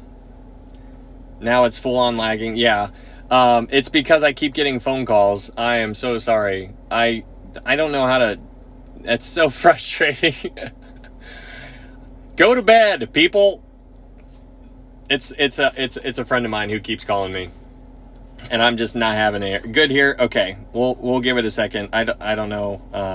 It's a friend of mine who keeps calling me, and I'm just not having it. Good here. Okay, we'll give it a second. I don't know. All right. I told him, okay, can you hear me? I told him I would call him back. Who calls someone this time of night? Oh, man. Now it's lagging badly. Okay. All right. Hey! He must really need to talk to you. It's okay. I told him I would call him back, so hopefully now... Can you guys hear me now? Working great now? Okay. All right, there we go. There we go. I scrolled and came back in. Good for now. All right, cool. I just kept getting phone calls, so so hopefully we won't be interrupted. That is crazy. It's on repeat for me. Have a good night. Alyssa, try going back out and coming back in. Hey, thank you, Candy Light. I appreciate those. Go back and come back in. Tamra, thank you. All right, man. I just received it was like 5 phone calls in 30 minutes. Super frustrating. Hey, thanks, Melody. Thank you, guys. All right, can you guys hear me? Finally, woo, sheesh. All right, cool. All right, hopefully it's working for you guys. Man, now I'm worried about this being uploaded to YouTube. Hopefully it's doable. Man. All right. Call him. No, it's okay. I told him I would call him back. Now your words are matching time. Yay! Hey, thanks, Laura. All right, cool. I cleared cache. Didn't work. Maybe go out and come back in, Lisa. All good now. Awesome, Amanda. I went out and came back in. Now I can hear you. Yay! All right. So let's go ahead and get on into Isaiah chapter 6. Isaiah chapter 6. Hopefully I won't get any more phone calls. It's crazy. All right. Very cool. Hey, thanks, Zach. I appreciate it. Let's go ahead and get into Isaiah chapter 6, verse 2. Thanks for being here, guys. If you guys are new here, thank you so much. My name is Ryan. Sorry about the weird moment there with all the lagging and whatnot. That is not Isaiah chapter 2 or Isaiah chapter 6, verse 2. Let's get into it. Isaiah chapter 6, verse 2. So in Isaiah chapter 6, verse 2, Isaiah says, above the throne, above it stood seraphim. Each one had 6 wings. With 2 he covered his face. With 2 he covered his feet. And with 2 he flew. All right. So, okay. Get ready for some more questions, because that's what's going to happen. Okay, so the word seraphim, is plural, like what we talked about before. You see how it's seraphim, I am ending, so seraphim, im means plural. It's a plurality that's going on here. Same situation with Elohim, which is why Elohim is so neat, because Elohim is a plural. It is a plurality, and so when people have a tough time and they don't believe in the Trinity or whatever, it's just like, well, how do you explain Elohim? Because it's in the beginning God, in the beginning Elohim, and it's just like, I mean, without even going into too many other verses, it's just like, that's really provocative for somebody who doesn't know any better. And they just see the plurality and they're like, how do you explain that one away? So it's really neat to know that kind of stuff. But in Isaiah chapter 6, verse 2, it says, above it stood seraphim. Now, a seraph, there are different angels that we are aware of. Now, this is very interesting because we don't know everything. And so it's important to keep that in mind as we go throughout what we're about to dive into. We're going to be talking about angels here. And angels are fascinating.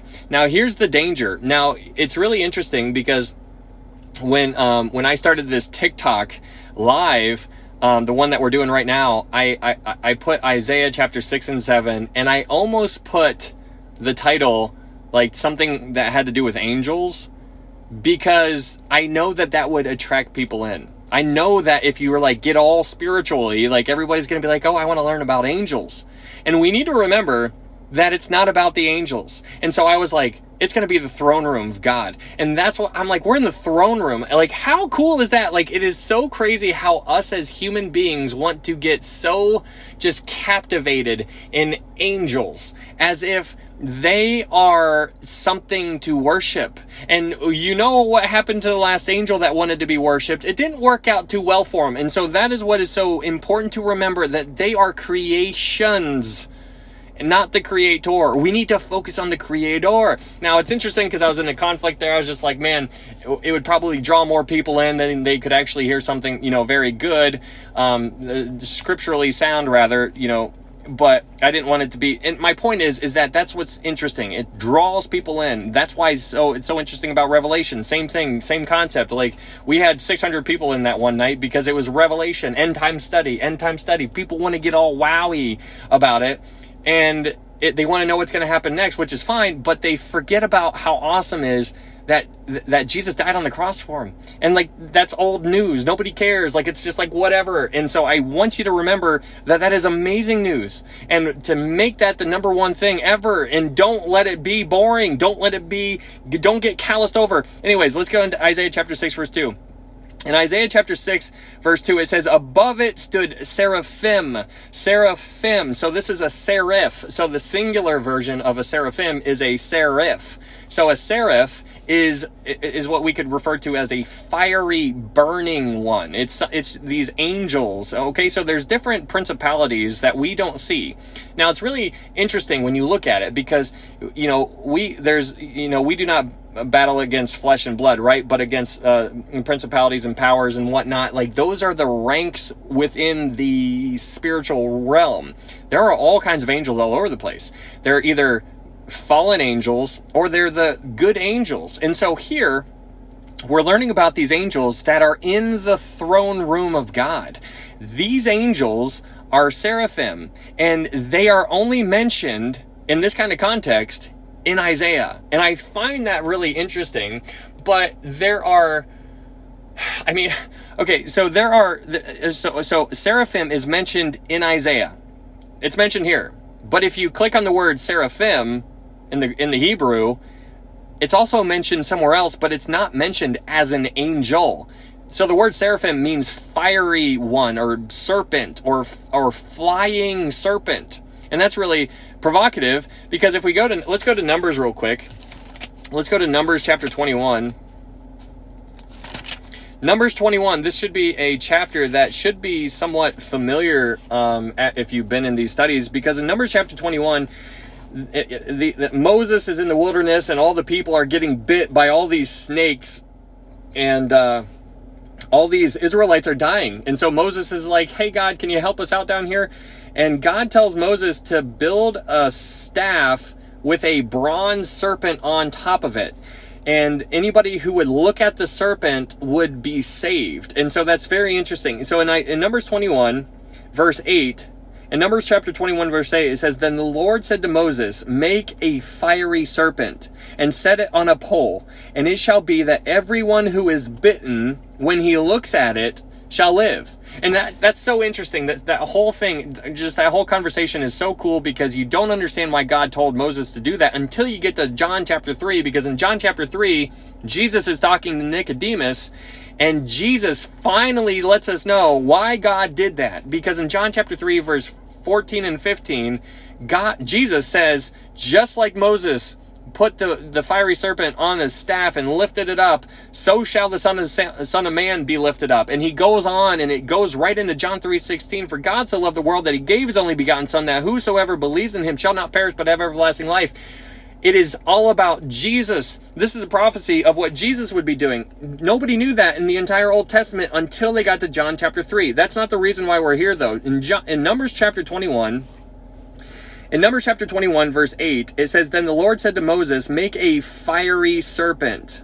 Now, the word fiery serpent in Hebrew is seraph, or seraphim. It is the same Hebrew word for the angel. So so those are the only times in the Old Testament where this word is actually used. It is used in Isaiah, a couple times in Isaiah, and it's used in the book of Numbers. And it's just really fascinating to think about that. In one context, it's used as a fiery, flying serpent of sorts. It's just crazy. Like, what? Like a fiery serpent, or a fiery serpent, or a poisonous serpent.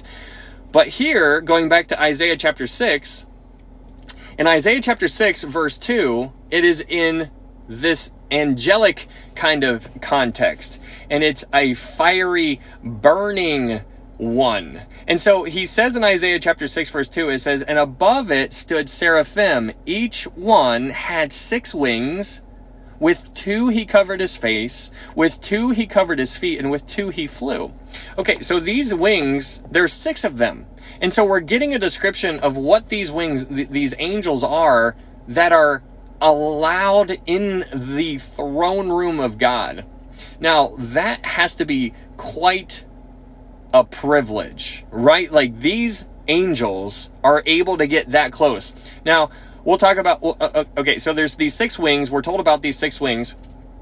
But I want you to think about this. We're told that these angels, now we're going to talk about cherubim here in a second, but these angels have 6 wings. 2 wings cover their face, 2 wings cover their feet, and 2 wings are just flying there. Okay, and if you read verse 3, they say, holy, holy, holy, right? Like, that's what they're doing. But it's so interesting to think about these angels from the angel's perspective. I want you to imagine you're a cherubim, or a seraph. Imagine you're one of the seraphim, real quick, and you're trying to get so close you're just flying there, and you're trying to get as close as you possibly can, kind of like a moth. Like that keeps running into a light bulb. It's just trying to get to that light as close as it possibly can get. And it's fascinating because when you think about the presence of God and the glory that he has, it's like we'll never fully be able to grasp it or understand. So in human terms, I want you to imagine that you look up at the sun. You're just staring at the sun and you're like, right? Like, it's blinding you. And so what do? You naturally are just like, oh man, like it's bright, like your hands go up. And so these angels are covering their face because they're getting that close. And it's just like, I can't, like, same thing. If you try to stare at the sun without even thinking about it, it is natural for your hand to go up and block the sun from your face. And then if you're not wearing any socks or shoes or whatever, you're going to cover your feet, because what's going to happen if you don't cover your feet? You're going to get burned. And so that's what they're covering their feet. And then they're just flying. They're like, oh man, this is so good. Like, I just can't wait for this. This is so amazing. And it's really, I'm just trying to draw a connection here as far as like how to connect to these seraphim. But that's what they're doing. They're trying to get as close as they possibly can. We'll talk more about that here in a second. But what we're told is they have 6 wings. So they have 6 wings. That is very important to understand because of what we're about to do. They have 6 wings, and it says that 2 of the wings covered his face. Now, face is plural. It's one face. Now, why is this interesting? It's interesting. Now, obviously, do we have to be told that he has one face? Well, yeah, we kind of do. Why? Okay, so let's go to Ezekiel. Let's go to Ezekiel chapter 1. Let's go to Ezekiel chapter 1. It's important to know that they have one face, because now we're going to contrast what's going on here in Ezekiel chapter 1. So in Ezekiel chapter 1 verse 4, yeah, that's right, Elijah, waiting for Elijah. Ezekiel chapter 1 verse 4, in Ezekiel chapter 1 verse 4, it says this: Then I looked, and behold, a whirlwind was coming out of the north, a great cloud with raging fire engulfing itself, and brightness was all around it, and radiating out of its midst like the color of amber out of the midst of the fire. Also from within it came the likeness of 4 living creatures. Thanksgiving, Grace. And this was their appearance. They had the likeness of a man. Each one had 4 faces, and each one had 4 wings. So we're told right off the rip that these angels are different than the ones that we just read about in Isaiah chapter 6. The seraphim have 6 wings and 1 face. The angels that we're reading about here in Ezekiel chapter 1 have 4 faces, and they have 4 wings. Now that's very interesting, right? So, okay, let's keep on reading. In verse 7, Ezekiel chapter 1 verse 7, it says, Their legs were straight, and the soles of their feet were like the soles of calves' feet. They sparkled like the color of burnished bronze. Their hands of a man were under their wings of their 4 sides, and each of the 4 had faces and wings. Their wings touched one another. The creatures did not turn when they went, but each one went straight forward. As for the likeness of their faces, each had the face of a man. Each of the 4 had the face of a lion. On the right side, each of the 4 had the face of an ox. And on the left, and each of the 4 had the face of an eagle. Thus were their faces. Their wings stretched upward. 2 wings of each one touched one another, and 2 covered their bodies. Okay, so in verse 11, 2 wings covered their bodies, and the other two were touching one another. So you have this description of what the difference between the seraphim and then these angels. Now these angels are different than the ones that we just read about in Isaiah chapter 6 verse 2. So these here are cherubim. Now how do we know that they are cherubim? Let's go to Ezekiel chapter 10 verse 20 real quick. Go to Ezekiel chapter 10. Ezekiel chapter 10 verse 20. In Ezekiel chapter 10 verse 20, Ezekiel chapter 10 verse 20, it says, "This is the living creature I saw under the God of Israel by the river Chebar, and I knew they were cherubim. Each one had 4 faces, and each one had 4 wings, and the likeness of the hands of man was under their wings." So you see that they are cherubim. They're identified. Ezekiel identifies what they are. They're cherubim. Okay, so that's really fascinating. And so we can spend so much time on this. And so, okay, where do we go here? Let's go to, I mean, there's so many, okay.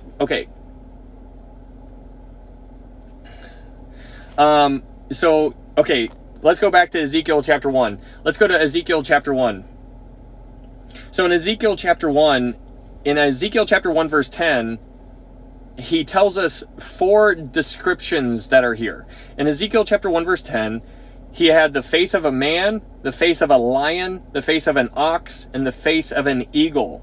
Now you have these 4 faces here, and these 4 faces are 4 aspects in which God would reveal himself when he incarnated himself in human flesh as the Messiah. So on the right, you have the lion, the symbol of kingship, and that is how Matthew described God. That is how Matthew described Jesus, as the lion. And so when you continue on after the lion, you have the ox. The ox is the symbol of the servant, because what does an ox do? An ox is the one just like plowing through, right? Like with the yoke. He is the servant. Then you go on to the man, and the man is represented by Luke represents the Son of Man, Jesus being the man, Son of Man, being the perfect man, and he is you can read about that account in Luke. And then you have the eagle. The next one is the eagle, and that is representation. That is how John represents Jesus, as the eagle. He's soaring overhead, symbolizing his deity. It's really fascinating seeing these things, but if you read the Matthew, Mark, Luke, and John, and you look at them, you see that kind of, it's kind of based around that type of thought. They each grabbed one of those faces, one being the lion, one being the ox, one being the man, one being the eagle.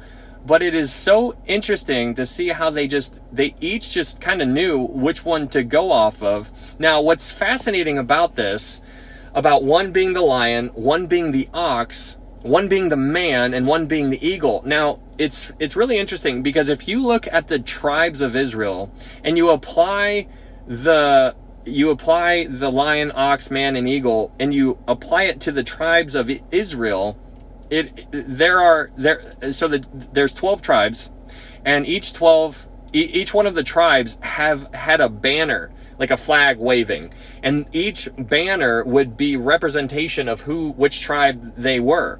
And so some of them would have different ensigns, if you will. And so what's so interesting about it is that the tribe of Judah, the one on their flag that would represent the tribe of Judah, they would have on their flag a lion, and it would just be a picture of a lion waving in the wind. That was representation of Judah. Now, when you would go to Ephraim, it would be an ox.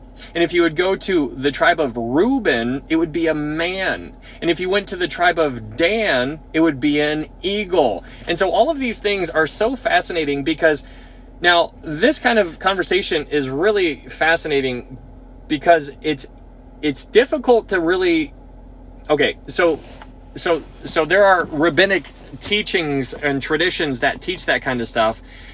And trying to put your thumb on that as far as backing that up scripturally, you can kind of do it, but it's kind of like you get a good feel for it. And so what I mean by that is I haven't been able to really put my finger on where they get that from, but we'll look up some of the things on a way to back that up. But let's go to Genesis chapter 49 real quick. Genesis chapter 49. Let's go to Genesis chapter 49. Genesis chapter 49. In Genesis chapter 49, verse 9. In Genesis chapter 49, verse 9. In Genesis 49, verse 9, it says, Judah is a lion's whelp. From the prey, my son, you have gone up. He bows down, he lies down as a lion, and as a lion, who shall rouse him? So here you have Judah and a lion, right? Like right in the first book of the Bible, Genesis, you see that Judah is very closely associated to a lion. Now let's go to Deuteronomy 33. Deuteronomy chapter 33. Deuteronomy chapter 33. Deuteronomy chapter 33, verse 17. In Deuteronomy chapter 33, verse 17, Deuteronomy 33, 17, it says, his glory is like a firstborn bull, his horns like the horns of the wild ox. Together with them he shall push the peoples to the ends of the earth. They are the 10,000s of Ephraim, and they are the thousands of Manasseh. So you have a wild ox and Ephraim being associated there very closely together. And it's just interesting to see, and I wasn't able to really get the eagle or the man, I don't know, but it is believed in at least the rabbinic teachings that the man, the ox, the lion, and the eagle are pictures. And it's so interesting to see that kind of stuff, because when you go to Revelation, let's go to Revelation real quick. Let's go to Revelation chapter 4. Revelation chapter 4. Now, in Revelation chapter 4, we are in the throne room again. We are in the throne room because if you remember, if you were here for our study of the book of Revelation, Revelation chapter 1 gives you the outline of the entire book of Revelation. Revelation chapter 2 and 3 give you the 7 letters that are written to the 7 churches. And then after Revelation chapter 3, the church isn't even mentioned anymore, which is why I believe that we are raptured out of here before the tribulation. Because in Revelation chapter 4, we are in the throne room of God. And so here, it's interesting. Let's read Revelation chapter 4, verse 6. And here is where it gets confusing to me, if all of this hasn't been confusing enough. But in Revelation chapter 4, verse 6, it says this, Revelation 4, 6, it says, before the throne, there was a sea of glass like crystal. And in the midst of the throne, around the throne, were 4 living creatures full of eyes in front and in back. The first living creature was like a lion. The second living creature like a calf. The third living creature had a face like a man, and the fourth living creature was like a flying eagle. Does that not sound familiar to everything that we just got done talking about? You're seeing the same thing all throughout in Genesis a little bit. You're seeing it in Isaiah. You're seeing it in Ezekiel. You're seeing it in Revelation now. And let's go on to verse 8 now. In Revelation chapter 4, verse 8, here's where it gets weird. In Revelation chapter 4, verse 8, it says, the 4 living creatures, each having 6 wings, were full of eyes, and around and within, and they do not rest day or night. So here, these living creatures have... Okay, wait, hold on a second. Okay. Oh.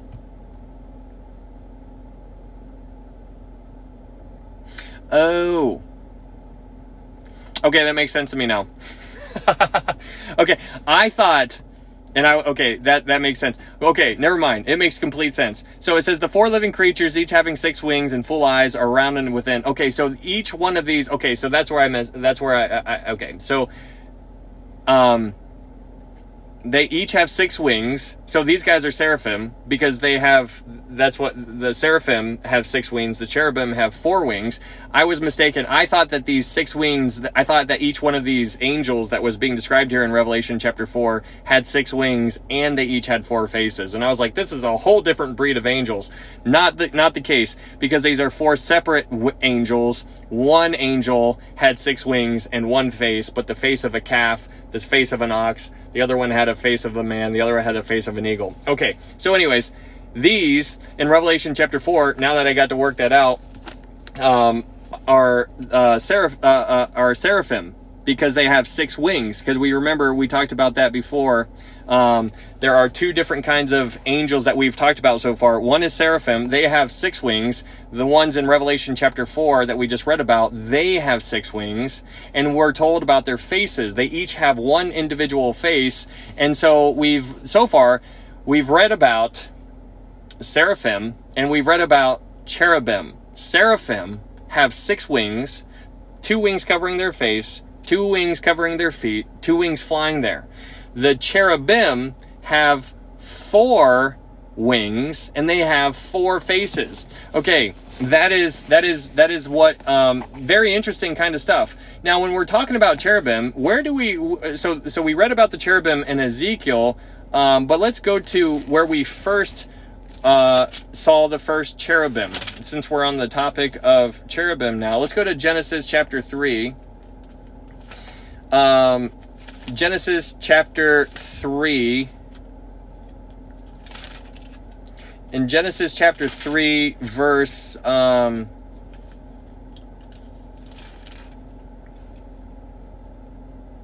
24. In Genesis chapter 3, verse 24.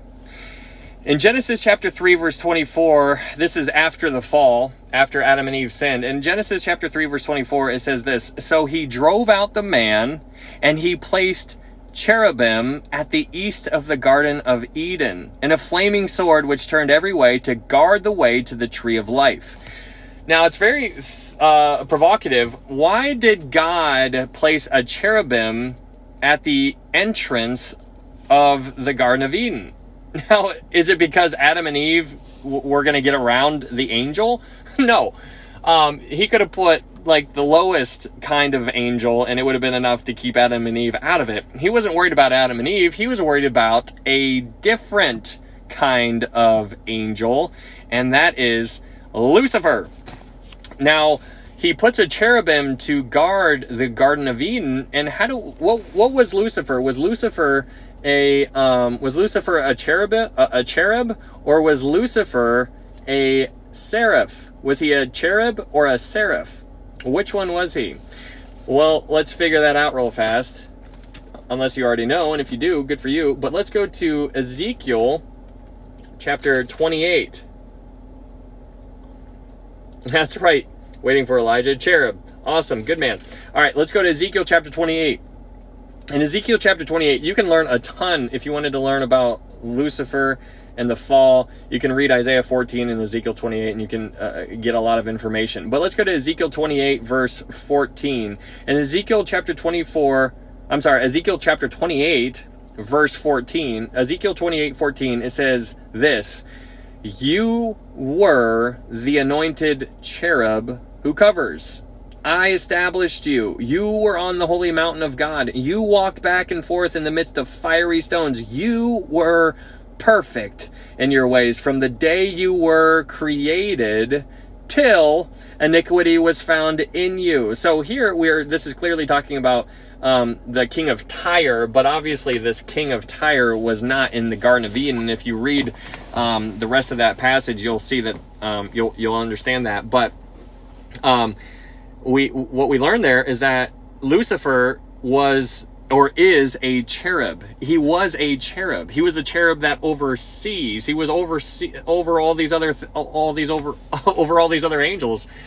And it is just fascinating trying to really understand what that means and how that actually happens, and like what actually transpired there. The beauty of this angel is remarkable. Like, we have a formidable foe here, and so getting into this whole conversation of these seraphim and these cherubs and the cherubim, and just seeing their roles. They have roles. They are creations. They are creatures. They are creatures who have a purpose to do things. And so some of them were so deceived by the beauty of this angel that they left their natural home, their natural estate, and they fell because of this liar. It is crazy. And so, just to make you feel a little bit better, when you fall down and you fail and you feel like I can't do anything right, like don't believe the lies that you're being told, and don't beat yourself up. Why? Because if these angels who were in the presence of all the other things that you and I can't even see, the things that we aspire to, if they were deceived, then doesn't that make you feel a little bit better? Because they're like, oh man, you guys left that? Are you kidding me? They're the ones who messed up big time. We're over here and we're in our sinful nature. It's just crazy. It's just all kinds of stuff. But anyways, that doesn't really matter. But let's get back to Isaiah. So in Isaiah chapter 6 verse 2, getting back to it, in Isaiah chapter 6 verse 2, it says, above it stood seraphim. Each one had 6 wings. With 2 he covered his face, with 2 he covered his feet, with 2 he flew. It has that idea that you have this angel, like when we look up at the sun, if you try to look at the sun for longer than 2 seconds, you can't do it. So you naturally go like this, like, oh my goodness. That's what these angels are doing. Same thing with your feet. You don't want your feet to get sunburned because you're out in the summer heat. Same concept. They're holding their feet and then they're just flying there. So let's go to verse 3. Isaiah chapter 6 verse 3. These are the angels that we're reading about, these seraphim. These are the throne room angels. These are the ones that are allowed into this presence here. So it says in verse 3, Isaiah chapter 6 verse 3, it says, and one cried to another and said, holy, holy, holy is the Lord of hosts. The whole earth is full of his glory. Now, it's interesting, and it's like, if you choose to see it, which I do, the reason why he says holy, holy, holy 3 times, why didn't he say it 2 times? Why didn't he say it 4 times? Why didn't he just say, holy is the Lord of hosts? Why didn't he just say 1 time? He said it 3 times. And I believe, and this is just me, and it's okay if you disagree, but I believe it's because of the Trinity. Why? Holy is God the Father. Holy is God the Son. Holy is God the Spirit. You see that. It's there. Not a big deal, but it's something to pay attention to because it's here. It is on purpose. There is a reason for it. And we need to try to figure that out. But what I think is very interesting in Isaiah chapter 6 verse 3 is the beginning. In Isaiah chapter 6 verse 3, it says, and one cried to another and said. That's what it says. It says, and one cried to another. So one seraph is crying out to another seraph. That'd be like me talking to you right now and be like, hey, holy, holy, holy is the Lord of hosts. Like, that's what they're doing. They're talking to one another. It says in verse 3, it says, and one seraph cried out to another seraph.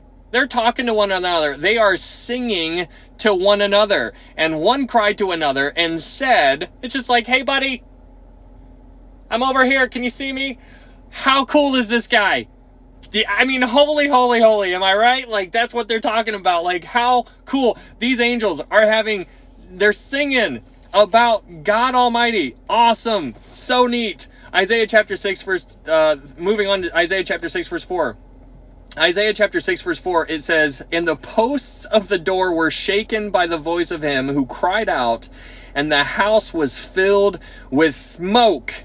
So I said, woe is me, for I am undone, because I am a man of unclean lips, and I dwell in the midst of a people of unclean lips, for my eyes have seen the King, the Lord of hosts. Now, it's so interesting, again, going back to, Isaiah is doubling down that he actually saw God.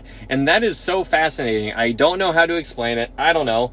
I wish I knew. I can't. I don't know how. But it's really provocative on all kinds of different levels. But what I want to talk about here is I want you to pay attention to what is going on. So just to recap everything that we had, Isaiah gets taken up, right?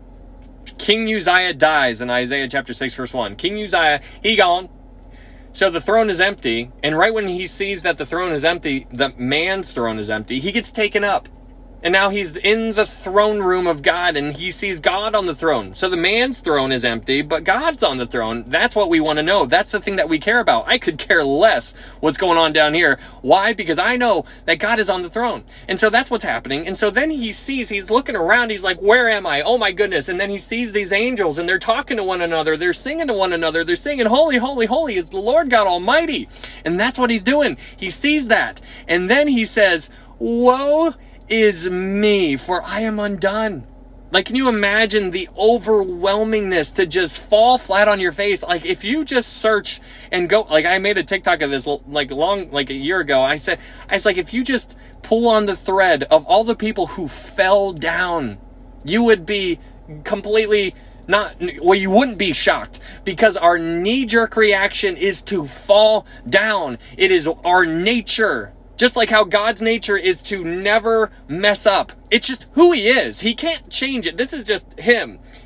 Our nature is, when we see something like that, is to fall down. It's fascinating. When you read the book of Revelation, John is up there. He's writing everything down. He's seeing all this crap. He's just like, oh my goodness, are you kidding me? And then an angel shows up and he bows down to the angel. Are you kidding me, John? Are you kidding me? You're bowing down to an angel? And the angel's like, stand up, buddy. You and I are on the same team. We are both worshiping God. And he's like, I just gotta fall down. He's like, I can't take this anymore. And so my point here is that when Isaiah is in the throne room of God, he says, woe is me, for I am undone, because I am a man of unclean lips. The closer that we get to God, that you're seeing here in Isaiah. Now keep Isaiah. Isaiah is you. Isaiah is, it's me. He's me. The closer that we get to God, the more we realize how sinful we really are. Do you understand that? Do you find that to be true in your own life? Because when you accept Christ as your personal Savior, you almost have no information. You don't know much. You just heard the good news and you're like, I believe. And you're like, okay, real cool.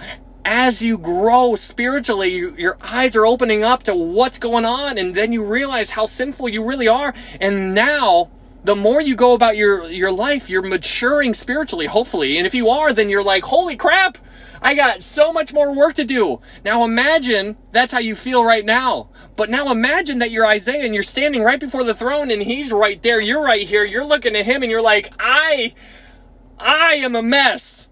I cannot believe how terrible I am, and I am in your presence. Like, that is how that's where he went. And he falls down. He says, woe is me, for I am undone. I am a man of unclean lips.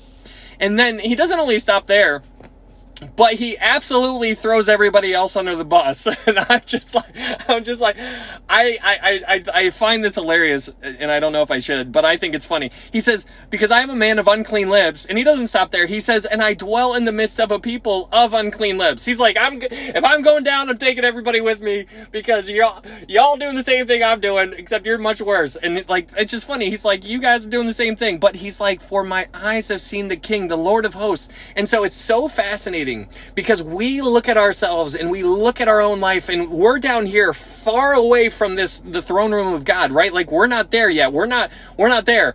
But if we were, we would be looking at ourselves in a completely different light. And so that is how we need to view this kind of stuff. Because if you look at your sin, and can you imagine being here in this throne room, looking at the throne, looking back at yourself, looking back at the throne, seeing the seraphim flying all over the place, just purity all over the place, and you're a man of unclean lips. It's just like, oh my goodness, I just can't. And so that's what Isaiah's doing. And he's like, I'm a man of unclean lips, and not only me, but everybody else. And so now remember what we talked about in Isaiah chapter 1 through 5, because God is like, you guys are a hot mess. You're going away from me. You were my vineyard. I did everything that I possibly could. Judgment is going to happen. Why? Because you are chasing after sin, corruption all over the place. And he's trying to reason with him. He's like, let us reason together. Are you kidding me? And so he's reaching out.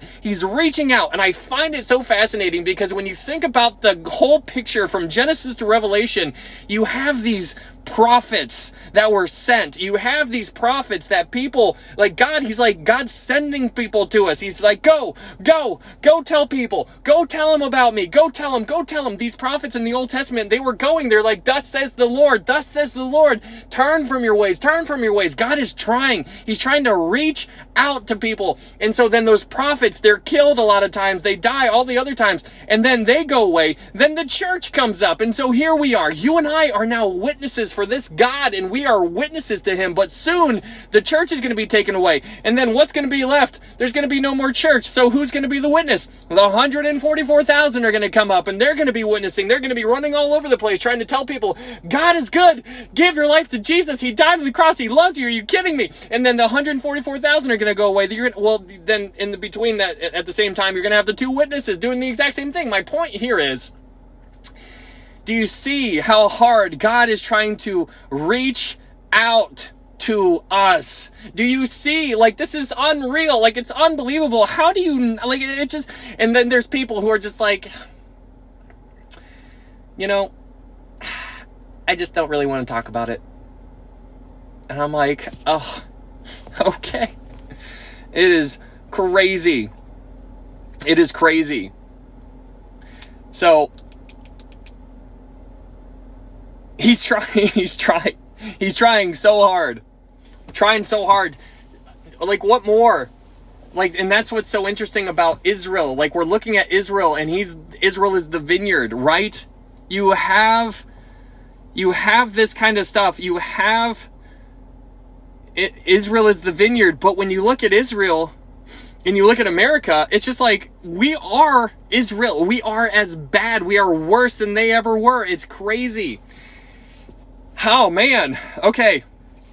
It is. All right, let's get back into it. Isaiah chapter 6. In Isaiah chapter 6, verse... Let's move on to verse 6. Isaiah chapter 6, verse 6. Isaiah chapter 6, verse 6. It says, Then one of the seraphim flew to me, having in his hand a live coal, which he had taken with the tongs from the altar. Now, this is this...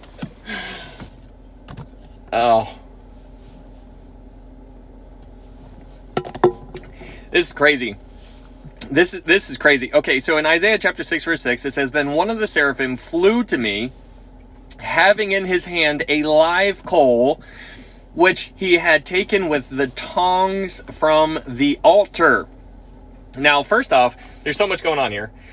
You have this seraphim, one of the seraphim, this seraph, was essentially administering like some sort of priestly service. Like, he went to this altar and he took this live coal with the tongs, right? Now, this altar is really fascinating because this altar that is mentioned in verse 6 is a picture in heaven of the sacrifice of Christ. Now, let's keep on reading, but keep that in mind, because in verse 7 it says, And he touched my mouth with it and said, Behold, this has touched your lips. Your iniquity is taken away, and your sin purged. I mean, So, you got so much stuff here. Like, first off, he says, Woe is me, I'm a man of unclean lips. That was the first thing he thought of. He's like, I got a dirty mouth. He's like, I don't know. I don't. Maybe Isaiah was a hothead and he was just like popping off, right? Like some of us do every time we get stopped at a red light. We just go hard and we just let the person in front of us have it. We're like, not today, sir. But he says in verse 7, Behold, this has touched your lips. Your iniquity is taken away and your sin is purged. Now, this altar, it's a heavenly picture of what Jesus would do on the cross. And so when he was, now this is Isaiah being cleansed. This is Isaiah being cleansed. It is crazy. We are told very specifically, Behold, this touched your lips. Your iniquity is taken away. Your sin is purged. I can't, like, I can't, okay, so, okay. I got questions. I have questions, right? Like, I just am, Purged. Okay, so cleansed, purged, iniquity taken away. Your sin is purged, taken. It's out. But it's just when you become justified, you have been declared righteous. He has imputed righteousness on your account. When before you come to Christ, you you have sin on you. When God looks at you before you come to Christ, you have sin on you. So when he sees you, he sees sin if you're lost. And so if you die in your sins, you're going to spend eternity where he is going to be punishing that sin that is on you. That's how it works. And so when you give your life to Christ, that sin is purged. And then you're covered by the blood of Christ, right? Like it's just, and so that's what's interesting about the Old Testament, because they had the blood of animals, but in the New Testament, there's the blood of Jesus Christ, which, hey, thank you, George. It's just so neat to see that type of stuff. So here in the Old Testament, you have somebody, and it says your iniquity is taken away and your sin is purged. And so here, it's just so interesting. Because in Isaiah chapter 6 and 7, you need to get the picture here, and this is really cool.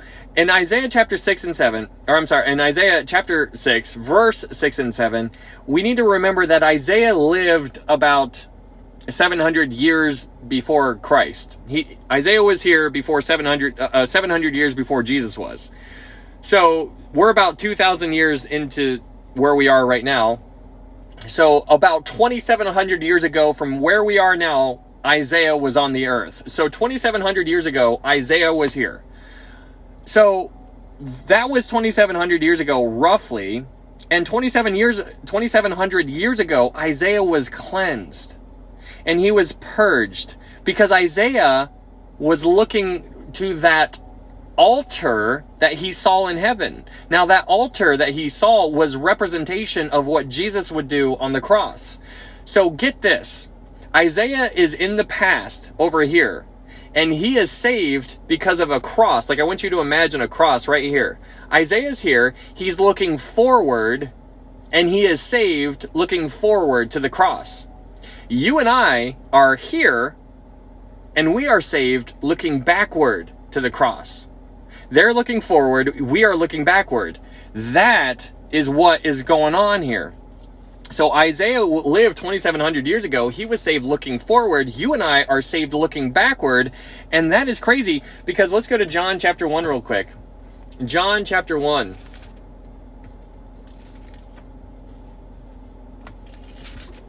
In John chapter 1 verse 29, John chapter 1 verse 29, in John chapter 1 verse 29, it says, the next day, John the Baptist, the next day John saw Jesus coming toward him and said, behold, the Lamb of God, who takes away the sin of the world.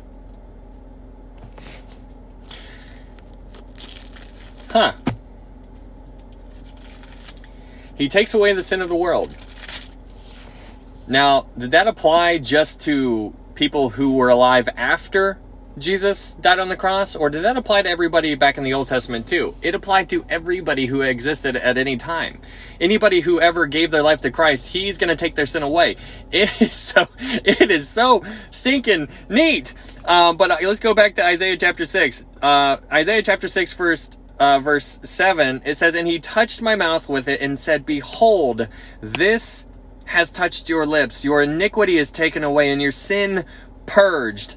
Verse 8, it says, also I heard the voice of the Lord saying, whom shall I send? And who will go for us?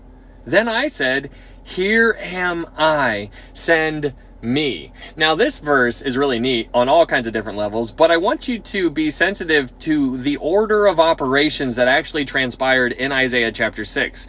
So what we just got to is to verse 8. So in Isaiah chapter 6, verse 1 to verse 8, there's a whole bunch of stuff that happened, right? Like, we've been all over the place. But in Isaiah chapter 6, verse 1 through 8, just a little bit of recap, I want you to acknowledge what Isaiah did.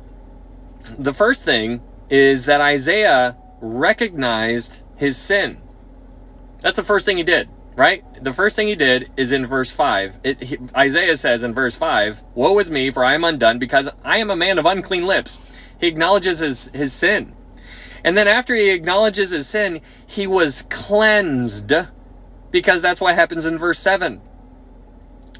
He says, "Behold, this has touched your lips," in verse 7. "Your iniquity is taken away and your sin is purged." That was so he recognized his sin, and then his sin was taken away. And then after his sin was taken away, he responded to the Lord. He recognized his sin was taken away, and then in verse 8, he says, "Here am I, send me." He recognizes his sin, he is cleansed, and then he responds. Now the question on the table is, have you responded to the Lord? You know, it's fascinating thinking about this kind of stuff, because the number one thing to take away from all of this that we've just talked about is, number one, the redemptive work of Christ. Like, how cool is that? That is everything, right? We need to understand that. And not only understand it, we need to give that away. We need to give it to other people. We need to tell them. We have to tell them. And so Isaiah is like, Isaiah sees all this. He sees the glory of God. He sees how sinful he is. And then he's like, I was cleansed. Are you kidding me? And then God's like, who shall we send? He's like, who will go for us? Mind you, us is plural. Again, another, the Trinity, for all kinds of different reasons. And then Isaiah's just like, I'm over here. Pick me. And he's like, here am I. Send me. It is so cool. So he recognizes his sin, he's cleansed, and then he responds to God. And so, I mean, I don't want it to be like I'm just going to keep saying it, I don't even care, but I just want you guys to tell somebody about Jesus. And I ain't being serious, like you can give money to missionaries across the pond, you can do that kind of stuff, but only you can reach the people that you know. I can't do it. Your pastor can't do it. The missionaries can't do it. Only you can. I mean, we are here for such a time as this. I mean, it is crazy to think about that kind of stuff. So the question on the table is, are you responding? If you're born again, amen. But if you're born again, are you responding? Hey, thank you, Chris. Okay, let's go ahead and go into verse 9. So Isaiah chapter 6, verse 9, it says, "And he said, go and tell this people. Keep on hearing, but do not understand. Keep on seeing, but do not perceive.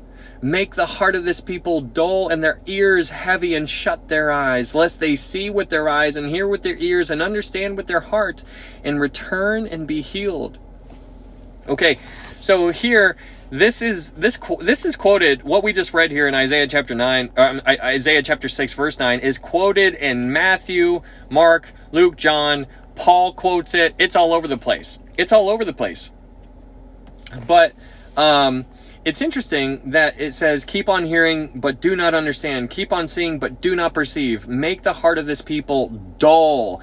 Now, this is some very difficult stuff to really wrap your mind around. Like, this is pretty heavy stuff, but these passages, it's quoted 7 times in the New Testament, and it's a repeated warning to the unsaved not to take their spiritual opportunities lightly, because they have opportunities right now. Like, these people, now obviously he's talking to Israel here, but so it's applicable to the rest of the world. There are people who hear, like the guy who I was talking to tonight. I was trying to witness to him, and I was like, hey man, do you mind if I tell you how I believe you get to heaven? He's like, yeah, sure. Because I listened to him, and I was like, can I tell you what I believe? And he's like, yeah. And so I told him, and then he started responding and stuff like that, and I got the vibe that he didn't really want to continue on the conversation, so I dropped it. But my point here is that I tried. If he was open, if his ears were open, then he would have heard. If his eyes were open, he would have seen. But let's go to Isaiah chapter 55 real quick. Isaiah chapter 55. These people are losing their opportunity to come to Christ. And that's really weird, but it's true. Isaiah chapter 55. Let's go to Isaiah chapter 55, verse 6. In Isaiah chapter 55, verse 6, it says this: Seek the Lord while he may be found. Call upon him while he is near. Seek the Lord while he may be found. There is a time that he will no longer be able to be found. Now that's fascinating. Let's go to the book of Acts. The book of Acts. Acts chapter 17. Hey, thank you, Sharia. Thank you for that. Acts chapter 17. Let's go to Acts chapter 17. So in Acts chapter 17, Acts chapter 17 verse 26. Now this is Paul talking in Acts chapter 17 verse 26. In Acts chapter 17 verse 26, it says this, "And he has made from one blood every nation of men to dwell on all the face of the earth, and has determined their preappointed times and the boundaries of their dwellings, so that they should seek the Lord and hope that they might grope for him and find him, though he is not far from each one of us." It is, you have this idea where if you just start groping, like in the darkness, you're just like trying to find, like, where is he? He's not far. You'll be able to find him. But there's a time where you're not going to be able to find him. And so that's why these people need to seek these opportunities that they have. Like the guy who I talked to tonight, that was an opportunity. That's an opportunity. And so let's say that you witness to somebody and they just don't want to hear it. That was an opportunity for them. So if they pass away, hopefully that doesn't happen, before they come to Christ, if they die in their sins, they're going to stand before the great white throne judgment seat, this great white throne, and the books are going to be open, and they're going to give an account for all the things that they've ever done. And it's crazy because that moment that you try telling them about what Jesus did is going to come to the surface, and they're going to be like, right there, what was your excuse for that? And they're going to be like, Ryan told me and I didn't listen. Like, I don't know. I have no excuse. And so these people are going to freak out. They're terrified. They're standing before God Almighty. They understand their sin. They see how pure and holy He is. And what are they going to do? They can't hide, and they're going to be thrown into the lake of fire, and that is crazy. Their opportunities are slipping away, and so you have time to tell people about Jesus. And I'm just like, why don't you do it? Like, this is what we should be doing. I need to be doing it more, and so should you. And that is what we should be doing, because when you understand how serious God looks at sin, then you understand what the punishment for that sin is. When you understand that punishment, you understand what He paid for us to not go to that punishment. You understand that cost Him his son's life. It's just like, wow, man, don't you just want to tell somebody about it? How neat. But let's go back to Isaiah chapter 6. In Isaiah chapter 6, verse 11, Isaiah chapter 6, verse 11,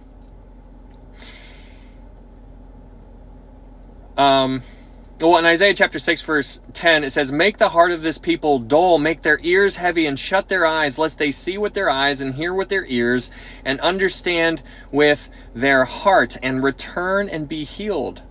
So let's go to Romans 11 real quick, because we could talk on this just for a second. Romans chapter 11. Romans chapter 11. So in Romans chapter 11, verse 7, Romans chapter 11, verse 7, it says, "What then? Israel has not obtained what it seeks, but the elect have attained it, and the rest were blinded. Just as it is written, God has given them a spirit of stupor, eyes that they should not see, and ears that they should not hear, to this very day." Thank you, Sharia. And David says, "Let their table become a snare and a trap, and a stumbling block and a recompense to them. Let their eyes be darkened so that they do not see, and bow down their back always." Verse 11, Romans 11:11, it says, I say then, have they stumbled that they should fall? Certainly not. But through their fall, to provoke them to jealousy, salvation has come to the Gentiles." So we are here to provoke them to jealousy because they fell. They've fallen. They've been blinded because they missed the time of their visitation. As in Luke 19, you see this happening. But this blindness, if people keep hardening their own hearts, it's just like God's going to give them over. And it's fascinating to think about that, because if you go to Romans chapter 1, we can flip there real quick. Romans chapter 1. if you read time and time again, if people want sin, then God's going to give it to them. In Romans chapter 1, verse 24, it says, therefore, God also gave them up to uncleanliness in the lust of their hearts to dishonor their bodies among themselves, who exchanged the truth of God for the lie, and worshipped and served the creature rather than the Creator, who is blessed forever. Amen. For this reason, God gave them up to vile passions. And then if you read verse 28, Romans 1:28, it says, and even as they did not like to retain God in their knowledge, God gave them over to a debased mind to do those things which are not fitting. God gave them over. He's like, you know what? I'm not going to force you to come to me. I'm not going to do it. That's not who I am. It's not my nature. I want you to want to come to me. He's like, but if you want sin, you're hardening your heart. You're not going to hear what I have to say. You're never going to listen. So you're going to have it. Go get it. Go jump on in. Have fun. Enjoy your time. Time is short. Like, it's crazy. But it's crazy because God bought everybody. It's just a free gift. You just have to take it. Let's go back to Isaiah chapter 6. In Isaiah chapter 6, verse 11, in Isaiah chapter 6, verse 11, it says, then I said, Lord, how long? And he answered, until the cities are laid waste and without inhabitant, the houses are without a man, the land is utterly desolate. The Lord has removed men far away, and the forsaken places are many in the midst of the land. So here in verse 11 and 12, you have a judgment that is coming. Because Isaiah says, then I said, Lord, how long? So there's judgment that is coming. But there's this cool word that tells us that it's not forever. It says in verse 11, God says, until, that's a good word. You should underline that, because there's judgment that is coming, and they're going to be all the things that we just read in verse 9 and 10. Isaiah's like, how long is this going to last? And then God says, until the cities are laid waste. So there is hope.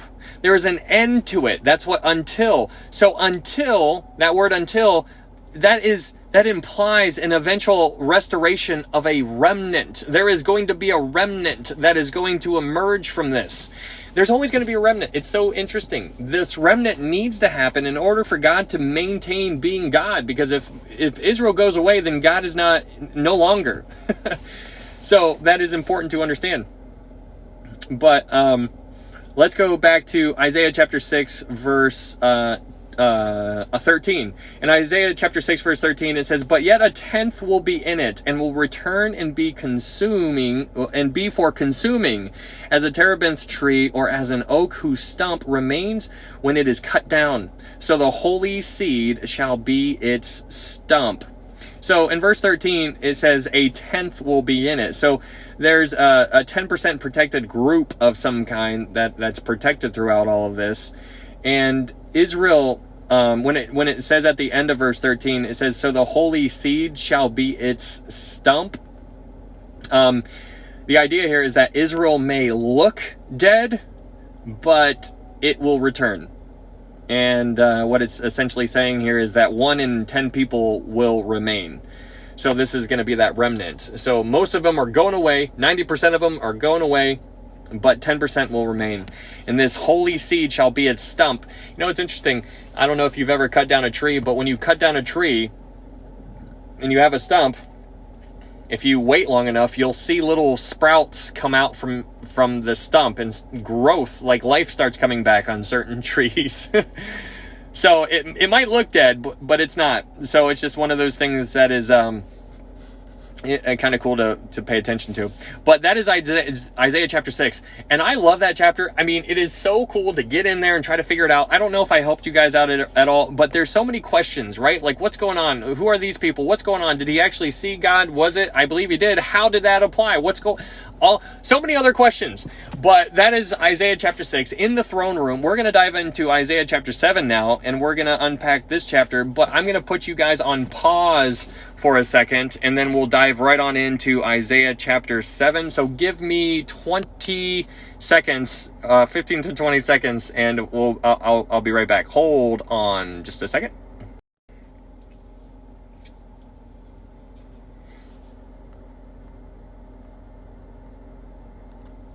Okay.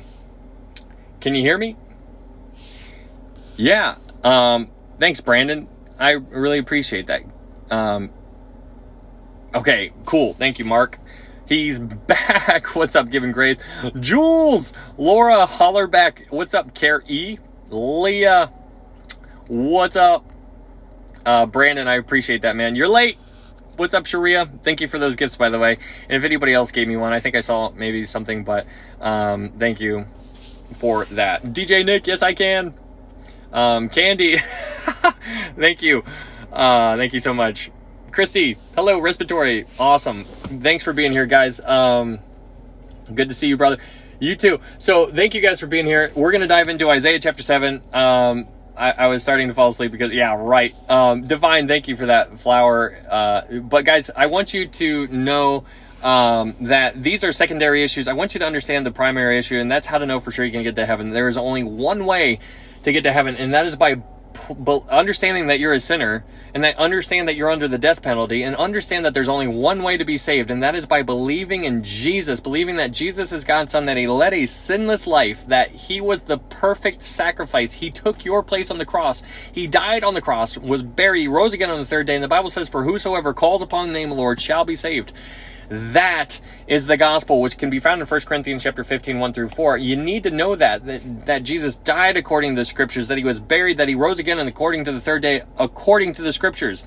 Now, there are people out there that will tell you a different thing other than that. They will tell you to believe in Jesus and do all these other things. It is not Jesus plus whatever. It is Jesus alone. That is what you need to understand. It's not Jesus plus water baptism. It's not Jesus plus going to church. It's not Jesus plus giving money to your church or doing all these amazing things. It is putting your faith in Christ and Christ alone and acknowledging him as your Lord and Savior. That is what you need to do.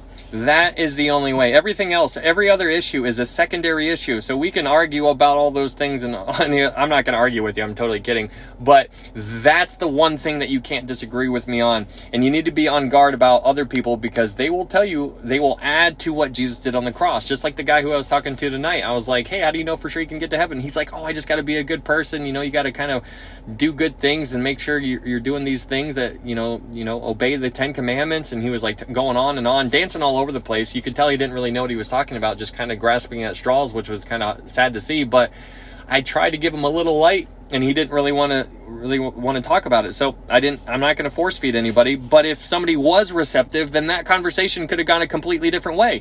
So that is something to be mindful of. There are people who think that you can earn your salvation, and I just don't want you to be mistaken in that. So anyways, if you guys are new here, there is a YouTube link up in my TikTok profile if you wanted to go there. I upload all of these lives to YouTube. And we've done Revelation, we've done Daniel, we've done Ruth, Hebrews, James, John, Acts, Romans, 1st and 2nd Corinthians, all the Pauline epistles. They're up on YouTube.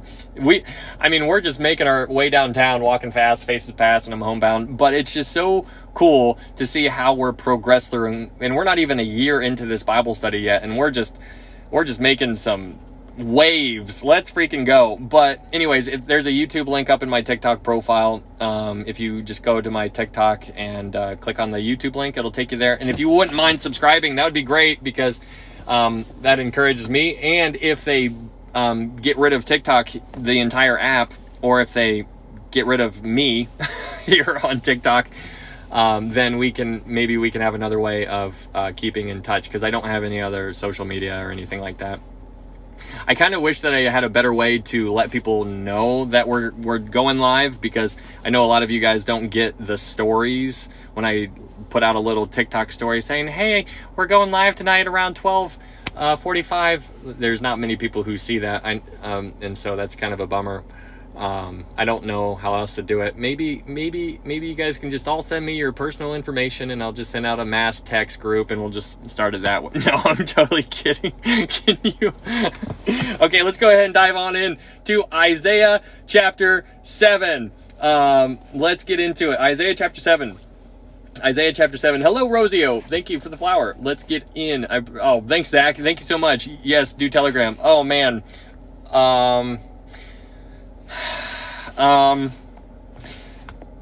Okay, maybe, I don't know. We'll see. I followed. Hey, thank you, user. Yeah, it'd be nice to figure something out. But okay, let's go ahead and get on into Isaiah. Do it. Okay, Isaiah chapter 7. So Isaiah chapter 7, we are gonna cover chapter 7. And so in Isaiah chapter 7, just before we dive in, it's good to kind of remember that so tensions are kind of growing in a big kind of way, and Assyria is lurking around the corner. Assyria is lurking around the corner, and you have these two people that we're going to learn about here in Isaiah chapter 7 verse 1. One guy, his name is Rezin, and the other guy, his name is Pekah. So Rezin and Pekah, Rezin is the king of Syria, and Pekah is the king of Israel. Now remember what we talked about with Israel. Israel is not the entire 12 tribes. Remember, Israel divided, and the northern tribe was Israel. The southern tribe was Judah. So you have the king of Syria and the king of Israel forming a coalition of sorts, and they are going to try to go against the southern kingdom. They are going to go against the king of Judah. And that is the idea that's going on here. And so in verse 1 through 9, we're going to learn about the coalition between Rezin and Pekah and how they are going to try to go against King Ahaz. Now, let's go ahead and dive on in. Hopefully that kind of gives you a little bit of a, an idea of where we're going with it here. So let's get on into Isaiah chapter 7. In Isaiah chapter 7 verse 1, it says, "Now it came to pass in the days of Ahaz, the son of Jotham, the son of Uzziah, king of Judah, that Rezin, king of Syria, and Pekah, the son of Remaliah, king of Israel, went up to Jerusalem to make war against it, but could not prevail against it." Now that's a mouthful. There's a lot of words there, a lot of big names, a lot of places, a lot of things, but the idea here is what I just got done telling you. You have the king of Syria, and you have the king of Israel. Now remember, Israel is the northern kingdom. So you have Syria and Israel, and they're joining forces.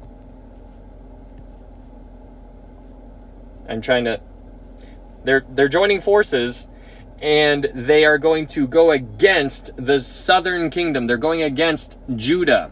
Okay, now, as we know the northern kingdom is eventually going to be destroyed by Assyria, and we know eventually, sometime in the future, that the southern kingdom, Judah, is going to be destroyed by the Babylonian Empire. But right here, where we're at in Isaiah chapter 7, what you see is a coalition between the king of Syria and the king of Israel joining forces to go against Judah. So that's the idea of what's going on in Isaiah chapter 7, verse 1. So, let's read it again, because just to kind of... So in Isaiah chapter 7, verse 1, it says, "Now it came to pass in the days of Ahaz." Now, here we are in Ahaz. Now, Ahaz is the grandson of Uzziah. Now, remember, in Isaiah chapter 6, Uzziah, he's done. He's done. He gone. He's dead. So Uzziah is done. Now Ahaz is on the throne. So here we are. "Now it came to pass in the days of Ahaz, the son of Jotham, the son of Uzziah, king of Judah, that Rezin, king of Syria, and Pekah, the son of Remaliah, king of Israel, went up to Jerusalem to make war." So when you see it went up to Jerusalem, the idea there is they went up to Judah. They went up to the southern kingdom. When you see Jerusalem, it's synonymous for Judah. It's synonymous for the southern kingdom. It's kind of like if I said, "Hey, I'm going to Hollywood." Where would you think I was going? Because that's what people say, right? Like, "Hey, I'm going to Hollywood tomorrow." You'd be like, "Oh, he's going to California." That's what you would think.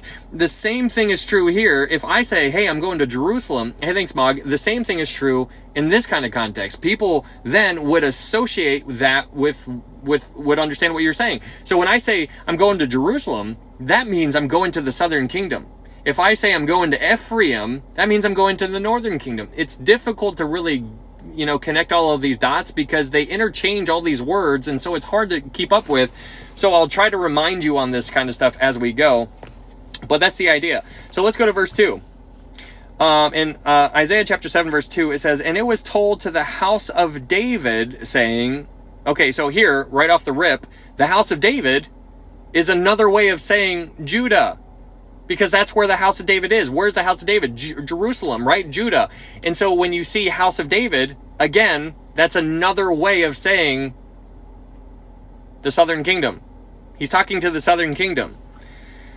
So it could say, "And it was told to the southern kingdom," or you could say, "It was told to Judah."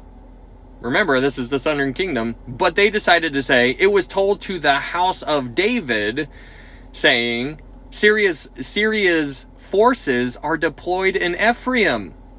So his heart and the heart of his people were moved as the trees of the woods are moved with the wind.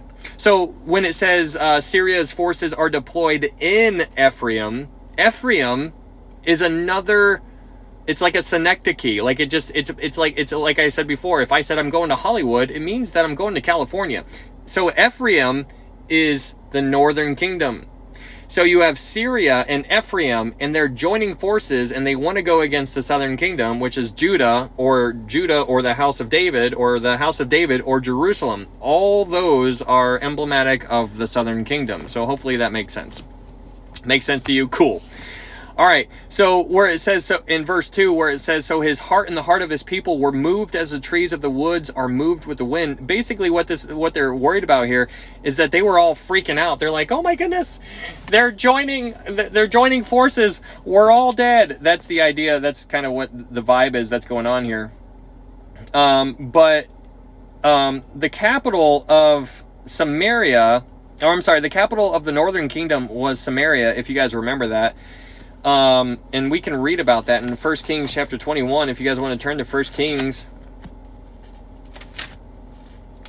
1 Kings chapter 21, it's not that big of a deal, but just so you can see it, in 1 Kings chapter 21,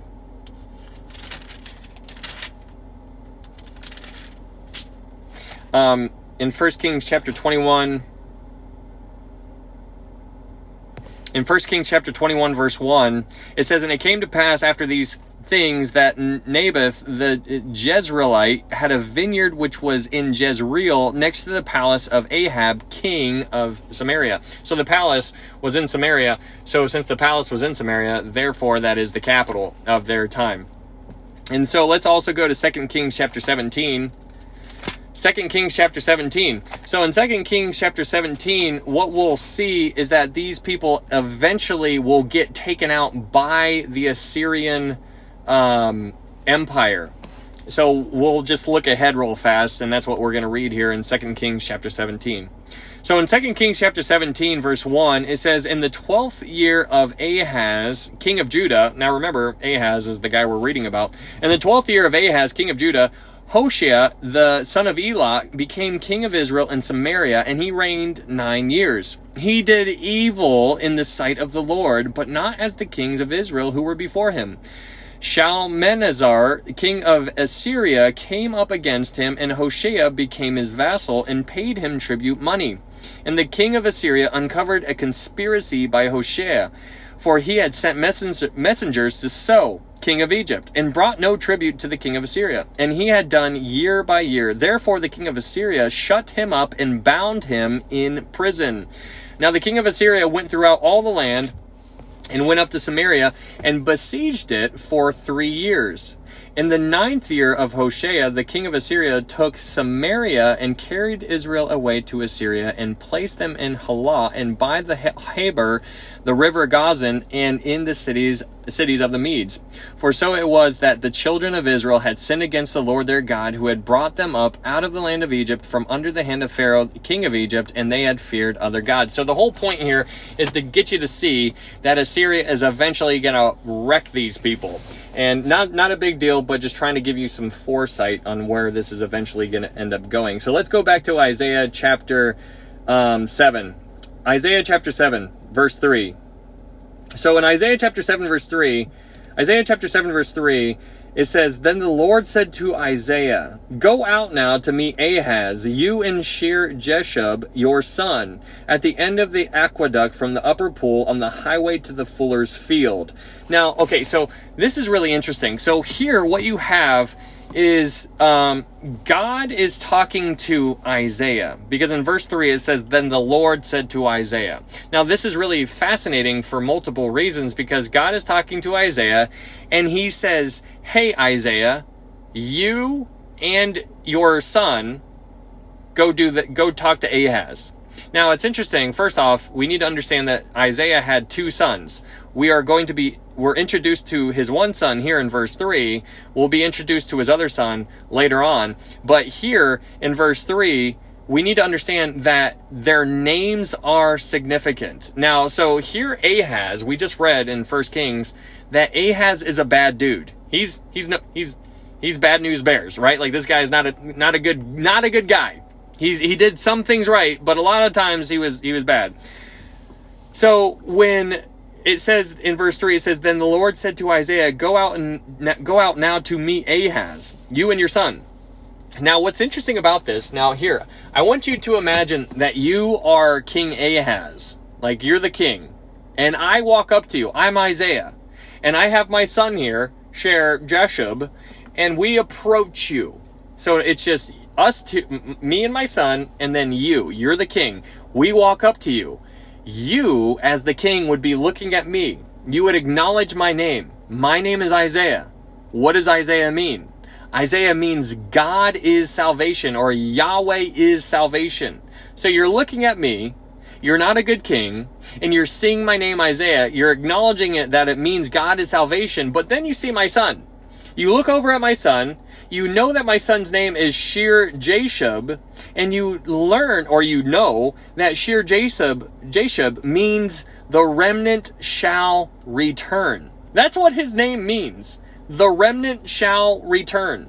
So you're looking at me, I'm Isaiah, and you see God is salvation.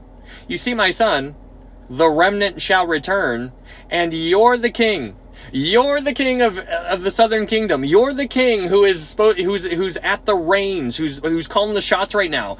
And so this is really interesting for all kinds of different reasons, but I want you to get that visual. I want you to imagine you're the king and you see that, and it's a testimony in those types of names, and you can go all the way back to Genesis and you see the genealogy from Adam to Noah, and you see what each one of their names mean. And in the names from Adam to Noah, those 10 names there, it's the gospel message. It's all about Jesus. No matter how you cut it, each one of their names means something, and it's telling us about Jesus and the redemptive work that he did. So anyways, we talked about that before, but let's go to Isaiah chapter 7. In Isaiah chapter 7, verse 3, it says, Then the Lord said to Isaiah, Go out now to meet Ahaz, you and Shear-Jashub, your son, at the end of the aqueduct from the upper pool on the highway to the fuller's field, and say to him, Take heed and be quiet. Do not fear or be faint-hearted for those two stubs of smoking firebrands, for the fierce anger of Rezin and Syria and the son of Remaliah. So what God is basically telling Isaiah to tell Ahaz is he's basically saying that Rezin and Pekah will not succeed in their coalition. He's like, hey, those two stubs of smoking firebrands, he's like, they're no threat to you. Don't even sweat it. So that's the gist of verse 4. Let's go to verse 5. Isaiah chapter 7, verse 5. It says, Because Syria, Ephraim, and the son of Remaliah have plotted evil against you, saying, Let us go up against Judah and trouble it, and let us make a gap in its walls for ourselves, and set a king over them, the son of Tabal. Thus says the Lord God, It shall not stand. Okay, so what is it? So God is now saying, It shall not stand. What is he saying? What is it? It shall not stand. He is referring to the coalition between Rezin and Pekah.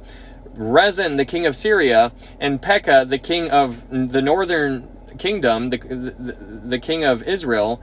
That is the coalition. That is what God is saying shall not stand. He's like, it shall not stand in verse 7, nor shall it come to pass. Verse 8, for the head of Syria is Damascus, and the head of Damascus is Rezin. Within 65 years, Ephraim will be broken so that it will not be a people. So, so the king of Assyria ended the national existence of Ephraim. So where it says in verse 8, within 65 years, Ephraim will be broken, that is documented. Let's go to 2 Kings chapter 17. 2 Kings chapter 17.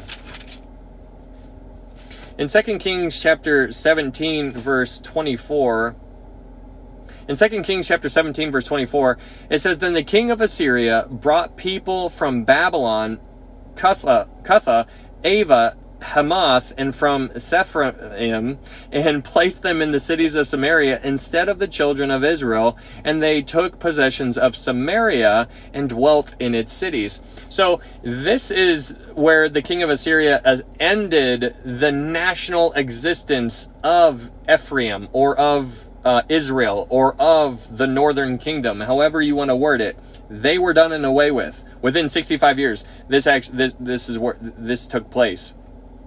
Because at the end of verse 8, Isaiah chapter 7 verse 8, it says, So it will not be a people. Turns out God was right. Who would have guessed? But let's move on. Isaiah chapter 7 verse 9. In Isaiah chapter 7 verse 9, it says, The head of Ephraim is Samaria. Now, we know that the head of Ephraim is Samaria, because what he's saying here, the head of Ephraim, the head of the northern kingdom, what is the head of the country? What is the head? It's the capital. What is the capital of the northern country?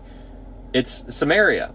Now, it's interesting because Samaria is still an outcast in our world today. There's only like 15 to 2,000 people, Samaritans left. They're still in existence, but they marry within, it's all weird. We talked a lot about that when we were in the book of John, but it's interesting here in verse 9, it says, The head of Ephraim is Samaria, which is referring, Samaria is the capital, so that's the head. And the head of Samaria is Remaliah's son.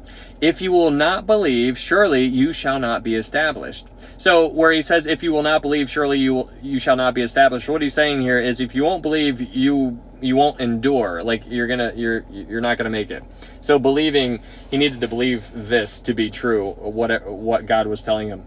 But let's move on to verse 10. But before we move on to verse 10, we need to remember a little bit, like we read a little bit out in 2 Kings, how Ahaz was a bad dude. This guy also worshipped Moloch. Let's go to 2 Kings verse 16. 2 Kings verse 16. In 2 Kings verse 16, just because we need to remember a little bit, 2 Kings chapter 16 verse 3. In 2 Kings chapter 16 verse 3, it's talking about Ahaz, the king who we're reading about here in Isaiah. In 2 Kings chapter 16 verse 3, it says, But Ahaz walked in the way of the kings of Israel. Indeed, he made his son pass through fire, according to the abominations of the nations whom the Lord had cast out from before the children of Israel. So he was sacrificing, that's what they used to do to Moloch, and that's what's so interesting about our world today. Like, we think that that's Old Testament kind of stuff. Well, it turns out that's incorrect, and that's just what they want you to think. But the stuff that's going on today in our world is still happening. All of the, like the baby situation in our country, like with all the, it's just, I don't even know what words I can say right now. Last time I talked about this, like the video didn't record properly, so I don't know if that, like I told you guys about that. That was, anyways, it's just Moloch. Look him up. Very, very heartbreaking stuff happened back then, happening today, especially in America today. I think it's like 60 million procedures, I suppose, and it's just very heartbreaking. So yes, so that's this guy. This is Ahaz. He worshipped Moloch. He was bad news bears kind of guy. So let's go back to Isaiah chapter 7 verse 10. In Isaiah chapter 7 verse 10, it says, Moreover, the Lord spoke again to Ahaz, saying, okay, and this is crazy. verse 11, it says, ask a sign for yourself from the Lord your God. Ask it either in the depth or in the height above. And so this is, can you imagine like God showing up to you and saying, like Isaiah the prophet, like he's showing up and he's like, hey, ask for a sign, whatever you want. This is kind of like a genie in a bottle type situation where it's like, I will grant you 3 wishes and like whatever you wish I will make happen. That's essentially what God's doing here, except he's saying, ask for a sign for yourself from the Lord your God. Now, this isn't tempting the Lord because this is different, you know, it's like there's a whole situation where Jesus and Satan, like he takes him up and he basically tempts God, and Jesus says, thou shalt not tempt the Lord your God. This is different from that because God is going to him and saying, go ahead, ask something. And so that's what he's saying here. He says, ask a sign for yourself from the Lord your God. Ask it either in the depth or in the height above. So in verse 12, it says, but Ahaz said, I will not ask, nor will I test the Lord. Now, Ahaz seems to be stubborn a little bit here. And so it's interesting as we continue on reading, verse 13, it says, then he said, hear now, O house of David. Is it a small thing for you to weary men, but will you weary my God also? So in verse 13, where it says, then he said, the he is Isaiah. So then Isaiah said, hear now, O house of David. So so Isaiah is talking to Ahaz, and he's having a one-on-one kind of conversation. Now, interesting, I kind of want you to imagine, it's just you're the king, I'm Isaiah, and I got my son right here. It's just us 3. Like, there might have been other people there, but just for humor, I'm just talking to you. You're the king. I'm talking to you. And I'm like, hey, Ahaz, ask for yourself for a sign from God. And whatever it is, he'll do it. And then you're like, I'm not doing it. And then now I redirect my questioning, and now I'm Isaiah. And instead of me talking to you, I say, verse 13, then Isaiah said, hear now, O house of David. So he goes from talking to the king, like a one-on-one kind of thing, and then he changes from talking to the king to talking to the entire house of David. Now, who is the house of David? He's talking to the southern kingdom. He's talking to Judah. So he says in verse 13, then he said, hear now, O house of David, is it a small thing for you to weary men, but will you weary my God also? Verse 14. So in verse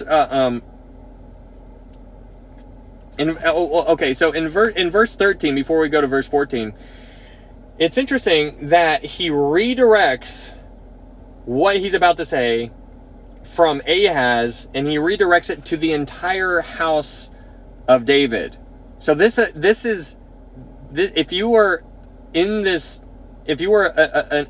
a Jew during this time, if you were an Israelite, if you were of the house of David, what Isaiah is about to say would be applicable to you. And it wouldn't only be applicable to you, but it would be applicable to the generations that followed you as well. Because all the Jewish people, even to this day, study Isaiah. They know Isaiah. Like, you go over there, you talk to the Jewish people, and you want to talk their kind of language, talk about Isaiah, and they'll talk about it. You want to talk about Genesis, Exodus, Leviticus, Numbers, Deuteronomy, the Torah, they're going to want to talk about it because they know that kind of stuff. Like, this is to them.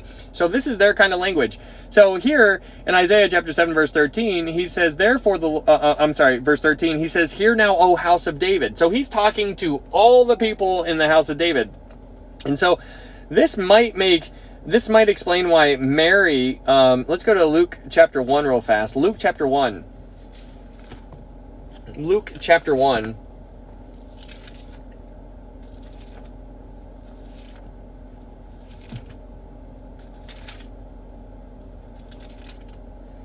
I gotta pee.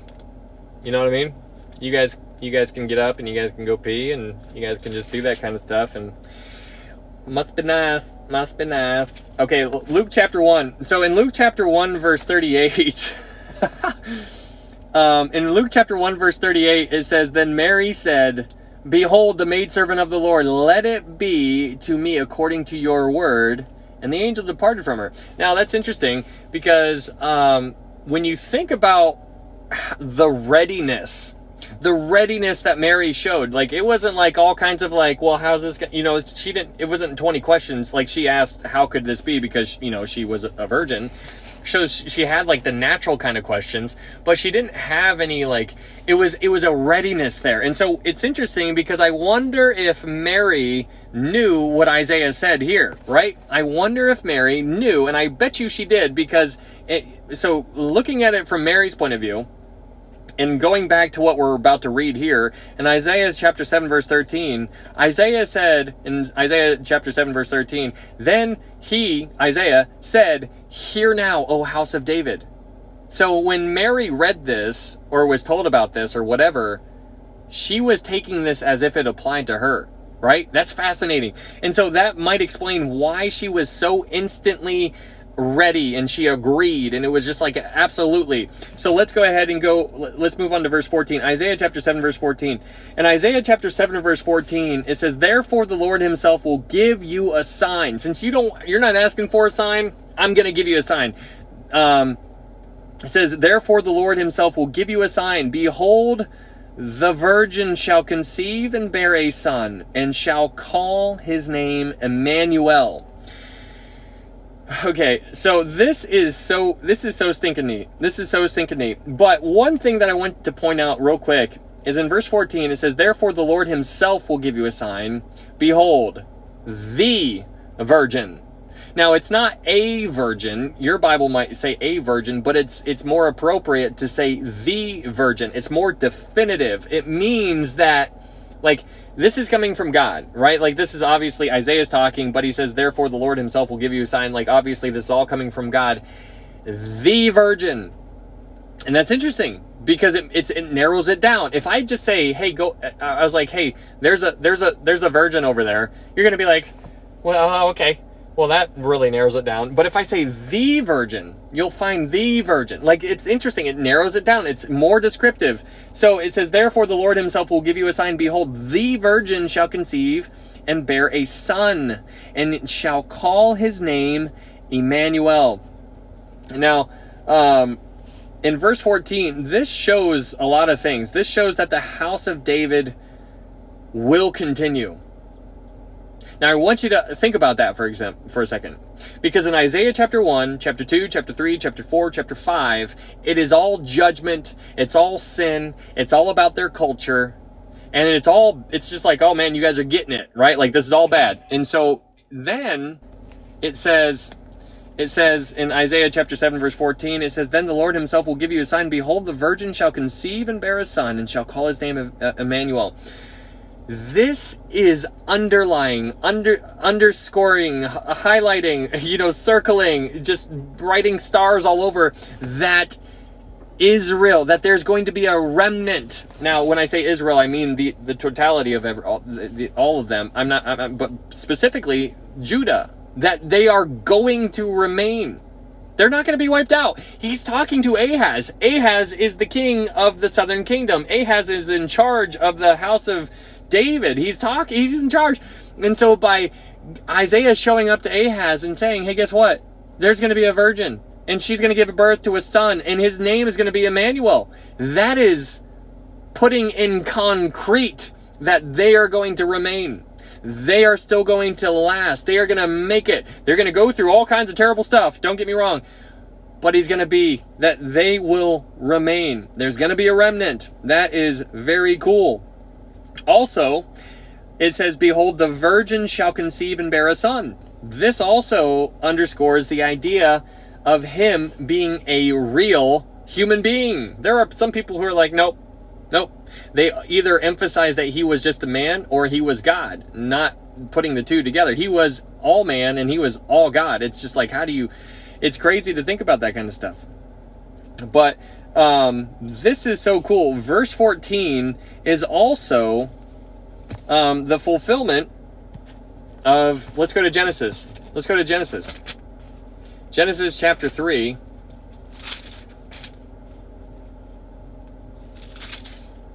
Genesis chapter 3 verse 15. Let's go to Genesis chapter 3 verse 15. So in Genesis chapter 3 verse 15, this is after the fall, but in Genesis chapter 3 verse 15, it says, and this is God talking, in Genesis 3:15, it says, "And I will put enmity between you and the woman, and between your seed and her seed." Her seed? Whose seed? Ha!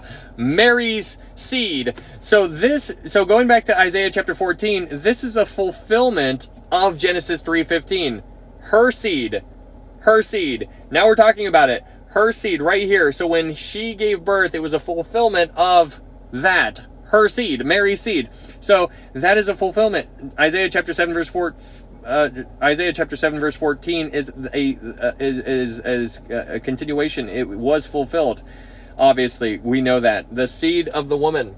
Very, very cool stuff. But it's also interesting with this whole behold, the virgin shall conceive and bear a son, and shall call his name Emmanuel. Isaiah chapter 7 verse 14.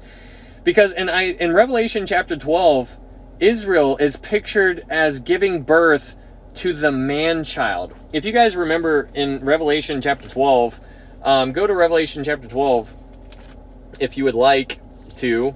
But in Revelation chapter 12, you have a couple players on the board, and this just cracks me up because if you guys remember, everybody was getting all kinds of freaked out back, like, I don't even know, like 5 months ago about the Revelation 12 sign that was up in the sky, and there was a comet, and it was just like the sun and the moon at her feet, and like all these things, and they were like, oh my goodness, and they were getting all hyped up, and I'm like, are you guys ridiculous? Like, this is crazy. Like, this is clearly not the Revelation 12 sign, because they were taking it out of context, but there was some stuff in the Bible that was up in the sky, and they were kind of like saying, hey, this is that, taking it out of context. And so that's why it's important to take it in context, because then you won't fall into that kind of stuff. And that's why it's important to be a student of the Bible, because then when that happens, you're going to be like, what? You think that's the Revelation 12 sign? That crap doesn't happen until the tribulation. Anyways, Revelation chapter 12, you have a couple players on the board. You have this woman who is clothed with the sun, with the moon under her feet, and on her head a garland of 12 stars. Then being with child, she cried out in labor and in pain to give birth. And another sign appeared in heaven. Behold, a great fiery red dragon, having 7 heads and 10 horns and 7 diadems on his horns. His head, his tail drew a third of the stars of heaven and threw them to the earth. And the dragon stood before the woman who is ready to give birth, to devour her child as soon as it was born. She bore a male child who is to rule all nations with a rod of iron. And her child was caught up to God and his throne. So you see this woman, it goes all the way back. It talks about the 12 stars. It goes all the way back to Genesis, like with Joseph having these dreams and all his brothers bowing down to him. It's representation of Israel. So Israel is the woman, and then the woman gives birth. The woman, Israel, gives birth to the man-child. The man-child is Jesus Christ. Then the dragon, it's obviously, that goes without saying who that is, but the whole picture is, it's there too. So this child, you have the child, her seed, back in Genesis chapter 3 verse 15. You have the man-child being born that is talked about in Revelation chapter 12. And then also it's good to know to make the connection in Ruth, because if you go to Ruth chapter 4, we learn about the kinsman redeemer. Boaz was the kinsman redeemer. If you remember Boaz was he wasn't the closest relative. There was one that was closer, but he ended up he took Ruth under his wing. But Boaz there was a couple things that he needed to be able to fulfill all the duties. He had to be willing, all of those things. And that's what's so interesting about Revelation chapter 5. If you want to go to Revelation chapter 5, because in Revelation chapter 5, we are in the throne room. And in Revelation chapter 5 verse 1, it says, "And I saw in the right hand of him who sat on the throne a scroll written inside and on the back, sealed with 7 seals. Then I saw a strong angel proclaiming with a loud voice, 'Who is worthy to open the scroll and to loose its seals?' And no man in heaven or on earth or under the earth was able to open the scroll or to look at it. So I wept much, because no man was found worthy to open and read the scroll or to look at it." So here we are told that there was no man. It's important to make the connection that it needed to be a man. It needed to be a kinsman. We had the first Adam. The first Adam messed it up. The second Adam, Jesus Christ, he fulfilled everything. So Adam, when Adam was here, he had the title deed to the earth. When he sinned, he forfeited that title deed. Then Jesus shows up. He fulfills everything. He gets back that title deed. He's worthy to go get that scroll, which is emblematic of the title deed to the earth. And that is what John sees in Revelation chapter 5. So that is what's neat about this type of stuff. So when we go back to Isaiah chapter 7 verse 13, or I'm sorry, Isaiah chapter 7 verse 14, where it says, "Therefore the Lord himself will give you a sign. Behold, the virgin shall conceive and bear a son, and shall call his name Emmanuel." He was a real man. He was a real human being. He fulfilled all of those things. He's sitting at the right hand of God right now. It's crazy thinking about that kind of stuff. Let's go back to Isaiah chapter 7 and move on. Isaiah chapter 7 verse 15.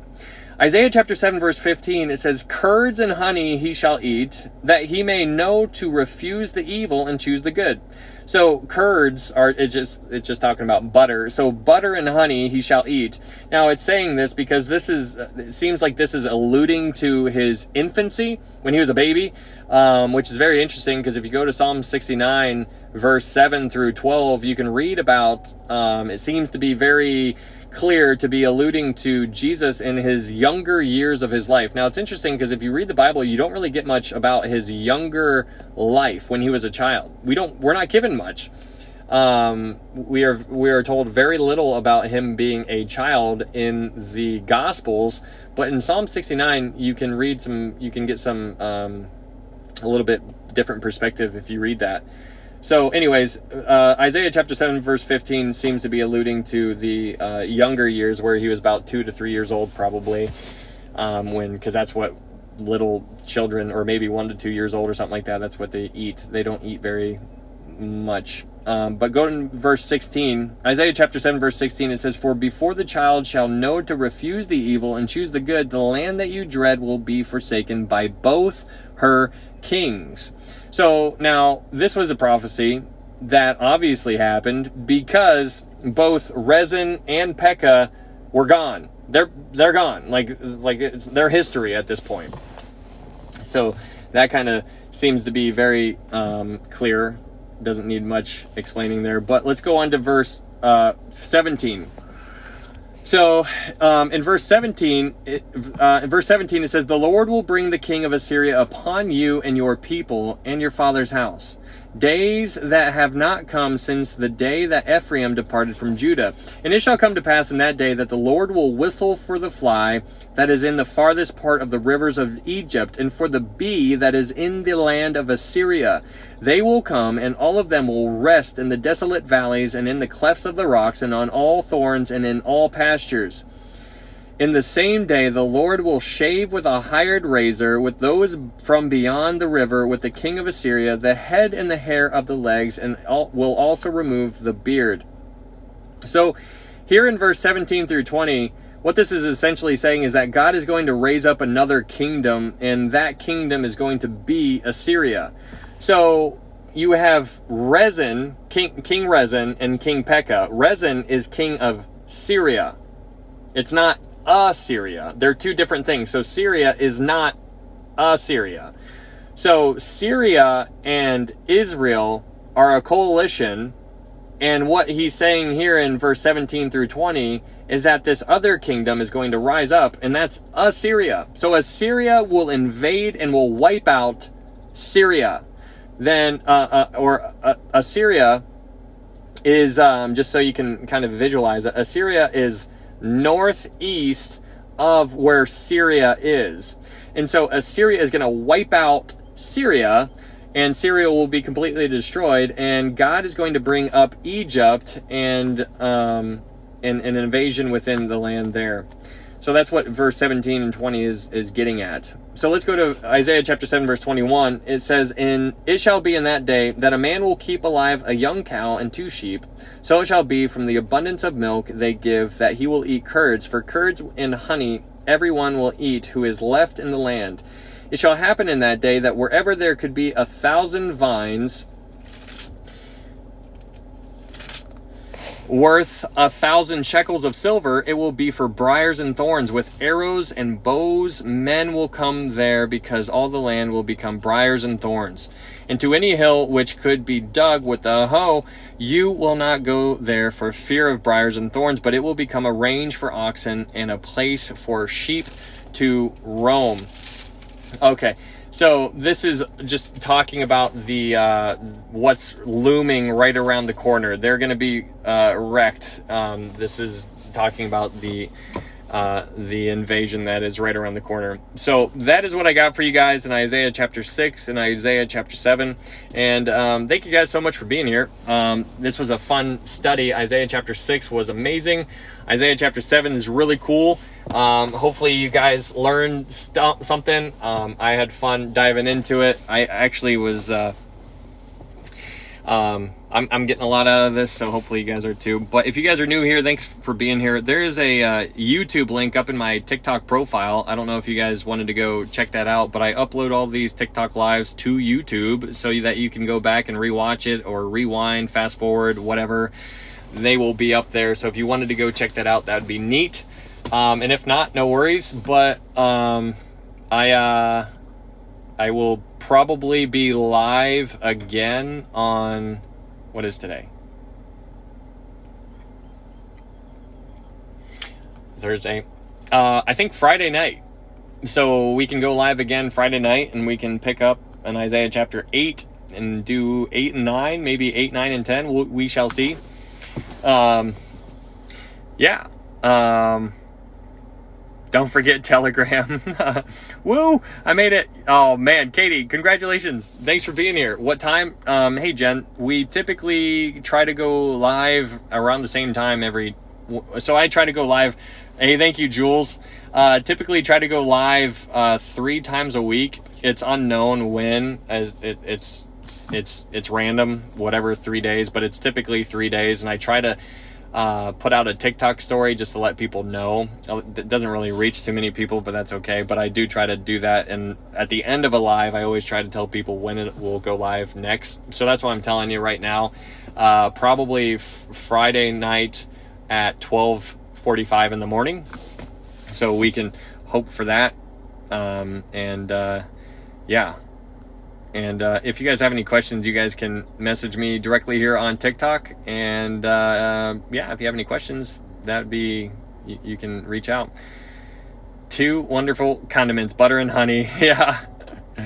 Oh man. Okay, I bought you 3 cups of coffee, brother. Oh man, thank you, Brandon. Thanks, Brandon. I appreciate that. Very cool. You don't have to do that, but I appreciate it. Coffee is my favorite. I stayed awake. Let's go, respiratory. Awesome. War Durham, they cross the Euphrates River. Okay. Thank you so much. Absolutely, Katrina. Absolutely. Dwayne, once again. Oh, yeah, for sure, man. I appreciate you guys being here. Hey, Nick. What's up? Question for you. What's the question? Awesome study, right? Waiting for Elijah. Super fun. I had so much fun with it. Tammy, I seldom catch you live. I love that you put them on YouTube. Very cool, Tammy. Ryan was on a roll tonight. I learned a lot of history, too. Very cool. Lainey, absolutely. Don't forget Telegram. Thank you. Oh man.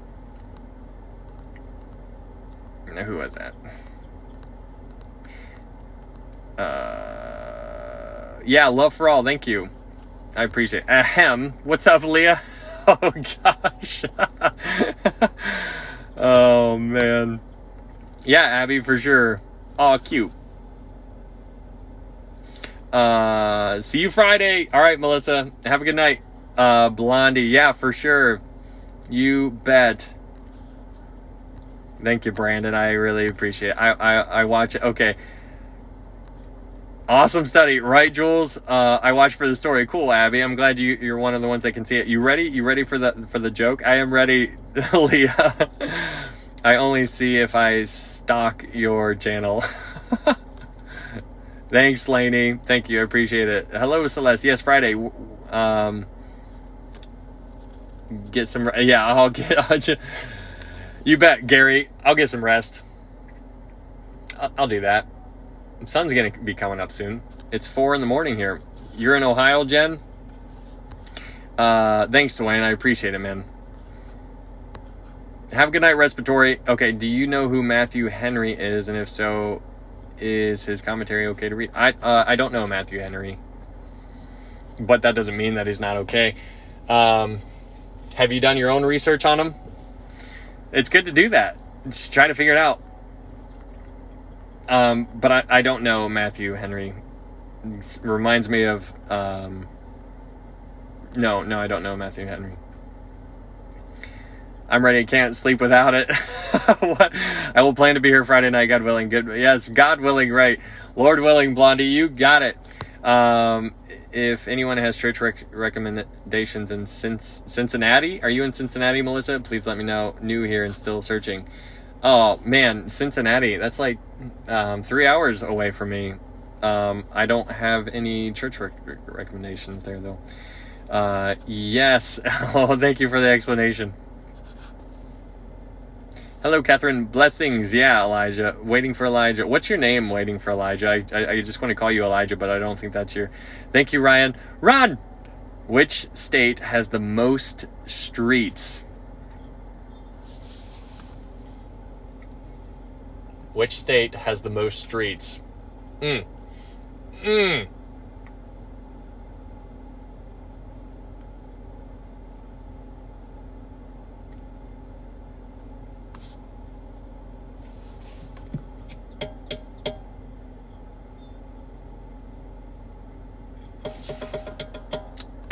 I don't know. I'm talking about the shorts. The shorts. Oh, you're in Toledo, Jen? Very cool. He's lying. He doesn't sleep. No commentary is 100% correct. That's right, Chance. Absolutely correct. It's really good. It's good to have a couple of people to pull from. That's what I do. I pull from like three people. I just keep going back and forth, and I try to get a little bit of perspective on what they have kind of handed down. And it's really neat, because like Chance said, there's not one person who's got it all right, obviously. That kind of goes without saying, but it's kind of cool to look at the perspectives that other people have, and to, like, we're all on the same team. If you're born again, if I'm born again, you and I are brothers or sisters in Christ, and that is super neat. And so if we're brothers and sisters in Christ, that means that we're in the same body. And if we're in the same body, then we want to look and help each other out and try to build one another up. But some people like to try to pull people down because they're stealing a spotlight of sorts. And it's not about a spotlight. We should be praying for the people who are doing what the Lord wants us to do. And it's cool. Like, that's why I tell you guys you should pray for your pastors. Like, pastors need a lot of help and a lot of prayer right now. Like, that's why I can't help but think of my dad, just because my dad's a pastor, for those that don't know. But I pray for him a lot. Been praying for him a lot more than what I ever have, just because I'm kind of learning how to pray a lot more. So that's my journey, and I'm a work in progress, just like anybody else. And we need to remember who we are. So commentaries are fun. They're fun to dive into and try to get a little feel, a different angle, a different perspective of a picture that we're all looking at. And there's a lot of times where I'm just like, nope, that's not it. And like I just left it. Now I haven't canceled those people out of my mind, but that's because I know enough to kind of see where they're going with that picture. And like, if I know what they're saying and I know what they're alluding to, then it either checks out with what I have already put in to the work, where I've already firm in those areas. And if they're going a different direction, then I'm just like, okay, no, pass. But yeah. What was the answer to the question, Chase? Yeah, thanks, Chase. Thanks for being here, man. Jumping on the prayer train. That's right. Please read my comment. What was the comment? I didn't see it. What's up, Anthony? Anthony Callie. Hello. Blessed brothers and sisters, truly. What was the... Did she tell you... Did she say the answer? Matthew Henry's commentary is quite established and reputable. That's per Lisa. There you go. There you go, DJ. Lisa's given the thumbs up. I haven't read his commentary. Rhode Island. Okay. Oh my goodness. Rhode Island is the state that has the most streets. That's Leah. That's Leah. One more then I'm done. Where do pirates buy books? I want to say like at the library. Oh gosh. Does he read comments? Can you go back? Why are you yelling at me, Brandy? And why'd you just spell disciple like that? Do you 2 Timothy 2:15 rightly divide the word of truth? I do my best, Chase. I do my best. Rhode Island sounds about right. Yes, it does, Anthony. We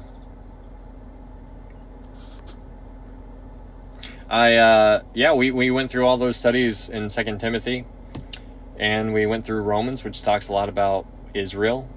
There's a lot of people who teach that Israel is no longer, which, the replacement theology, if you've been here at all, I am completely against that doctrine.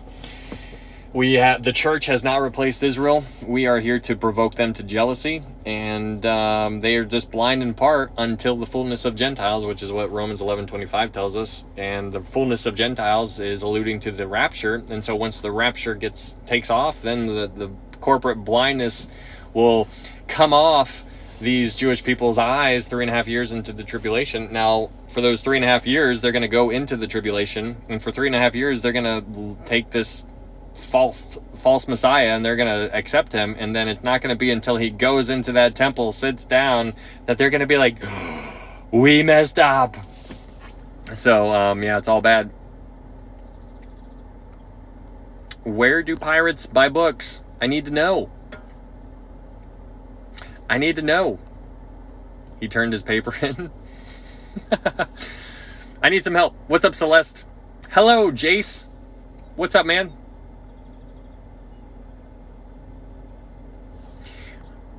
Oh, well, I tried. What's up, Respiratory? What you tried? Susie Q. Hi, how's it going? It's going well. Did y'all hear about the guy who got an F on his origami test? He turned it in. Okay. I didn't see the question. I saw the answer before the question. Target. Oh, man. Hey, man. What's up, J-Man? Okay, just scrolling up, trying to catch up. Oh, there you go. I don't know anything about California, but somebody said they... B-Box, Hobbit. Are you a Hobbit? It's Frodo. What about second breakfast? Third breakfast? Brunch? Good, just woke up, LOL, and pulled up TikTok. Nice, man. Well, welcome in. Do you understand Revelation 16? Why are you talking in all capital letters? 11 C's? Oh, my goodness. I'm telling you what. You can't have too many eggs. It's not good for you. What is happening? Oh, man. Don't. What's up, GT? What's up? Hey, Night Owls. Just not every day. Oh, man. That is hilarious. That is so funny. The second-hand store, by the way.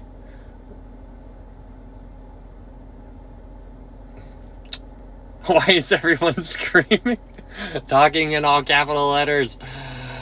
Stop you text yelling at me. You got a good spirit. Thanks, Anthony. Laura, I love eggs. No kidding. CJ, what's up? WHS? What? WHS? Huh? LOL, Miss Trillion. Where do pirates buy hooks? The secondhand store. It's not funny. Yeah. If I have to explain it. What up, CJ? Good to see you. I put on my all notification and it came off. Oh, no. That's okay. You're here now. Hello, Dorina. Oh, man. Yeah, so, we just to talk about what we talked about earlier with Israel. You got a couple. You got Norway, Ireland, and I forget the other one, who are recognizing a Palestinian state. And that is very crazy, just to kind of redirect it back to this kind of stuff. But it's interesting because that's, again, super important to pay attention to, because that is enforcing the rise of anti-Semitism. It's crazy. People hate Jewish people.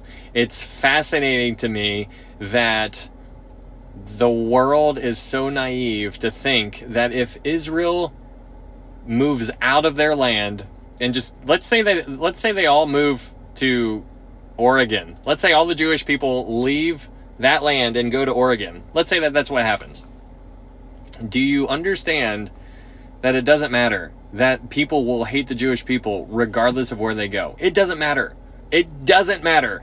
They're going to hate people. They're going to hate the Jewish people regardless. And so it's just so fascinating that the world is just buying into this.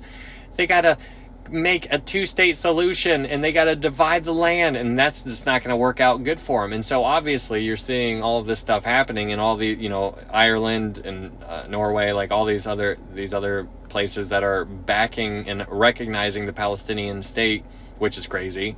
Now, America hasn't yet done that, but I don't feel like we're too far off, just because of how we're really not supporting Israel like how we should be. We're doing it, but we're kind of doing it standoffish kind of way. We're doing it, but we're not really.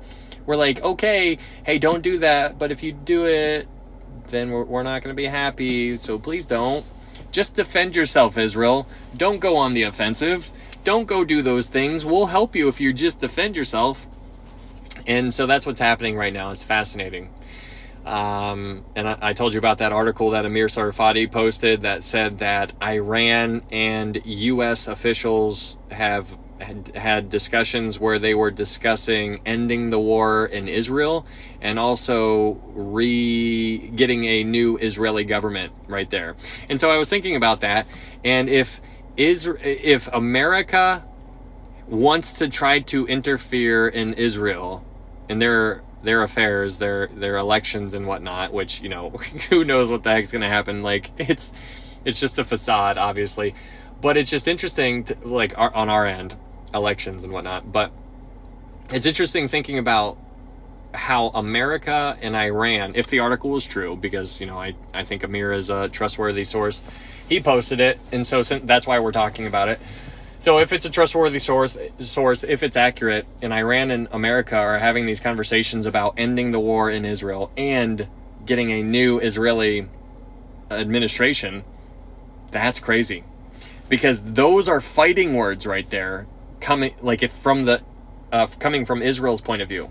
Can you imagine being Israel and hearing, like, oh, America and Iran want to reorganize our government? Come and try. That's how that probably comes across to them.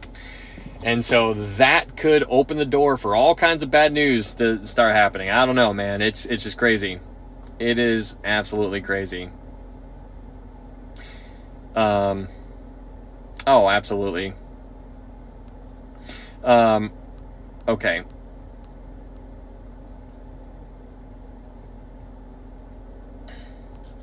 Who represents the Jewish people is what matters here. Right, Sharia. Right. I was a little shocked at some of the footage, but I think Benjamin Netanyahu. Why Oregon? I don't know, Laura. I don't know. This is the first one that came to mind. A house divided cannot stand. That is right. That means trouble. No kidding, Victor.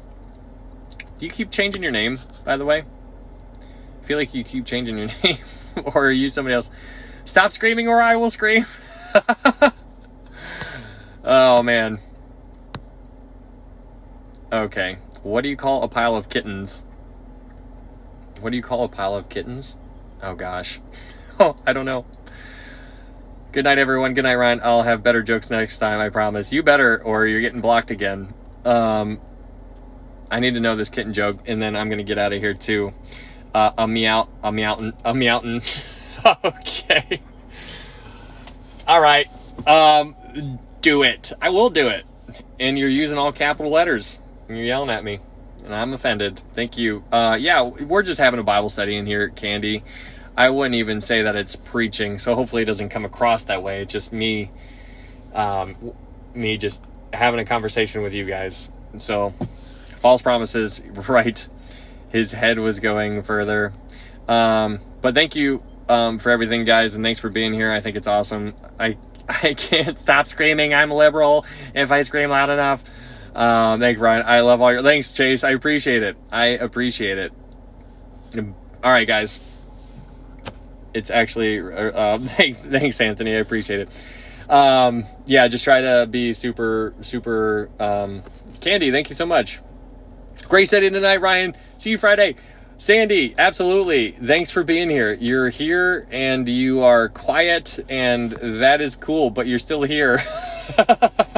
I'm just like, I think Sandy's still here. She's just in the background. She doesn't talk much, but I know that you're here. So thank you for being here.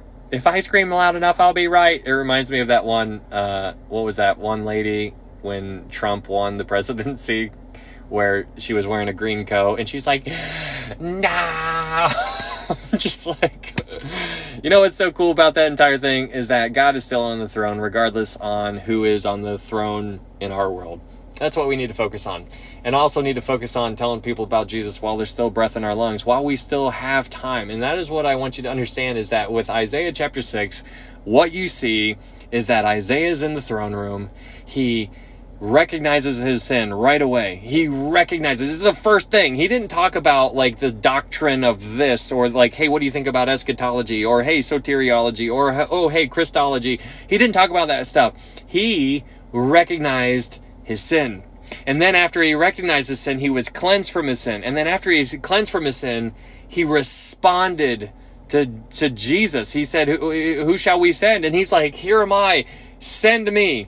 And so that's what we need to understand. And the question is, are you responding to the Lord? And that's what I need to ask myself. You need to ask yourself. We need to do those things because the time is short. And if you are born again, if you're saved, which means justified, if you've been justified, if you've had the righteousness imputed, if you've been justified, then you're going to stand before the judgment seat of Christ one day, which is a good thing. And your works, whether good or bad, are going to be there in a pile. That's what 1 Corinthians 3, 2 Corinthians 5:10 talks about, and it's going to be set on fire. And the only things that remain will be the things that are gold, silver, or precious stones. So right now, if you know that that's going to be the case, don't you think you want to add to the pile that is the good stuff that's going to remain? And the things that will remain are the eternal things, the spiritual things, the things that you're doing for the Lord. So that's what I want you to do. It's just really interesting. It's a whole fun study of your inheritance, and we talked a lot about that in the book of Hebrews. And, we went all the way back to Numbers 13 and 14, at Kadesh Barnea, and we went to Psalm, 95 or something like that? I can't remember, but it was just so interesting to think about that kind of concept. It's really fun, really, really provocative, to say the least. And I hope you guys, like I said before, with everything that we talk about here, I'll say it again, I've said it a million times, but I want you guys to understand that I'm never telling you what to think. I hope it never comes across that way, unless it's referring to the gospel. And that's yes, I am telling you that is the gospel, because I'm not ever going to budge on that. Everything else is a secondary issue, but I'm trying to give you stuff. And I want you to test it. I want you to try it. I want you to look in the Bible. Acts chapter 17, verse 11. These are more fair-minded than those in Thessalonica, and that they receive the word with all readiness and search the scriptures daily to find out whether these things were so. So the question on the table is, are you receiving it? If you are, good. But then are you searching the scriptures to see if it's so? I hope you are.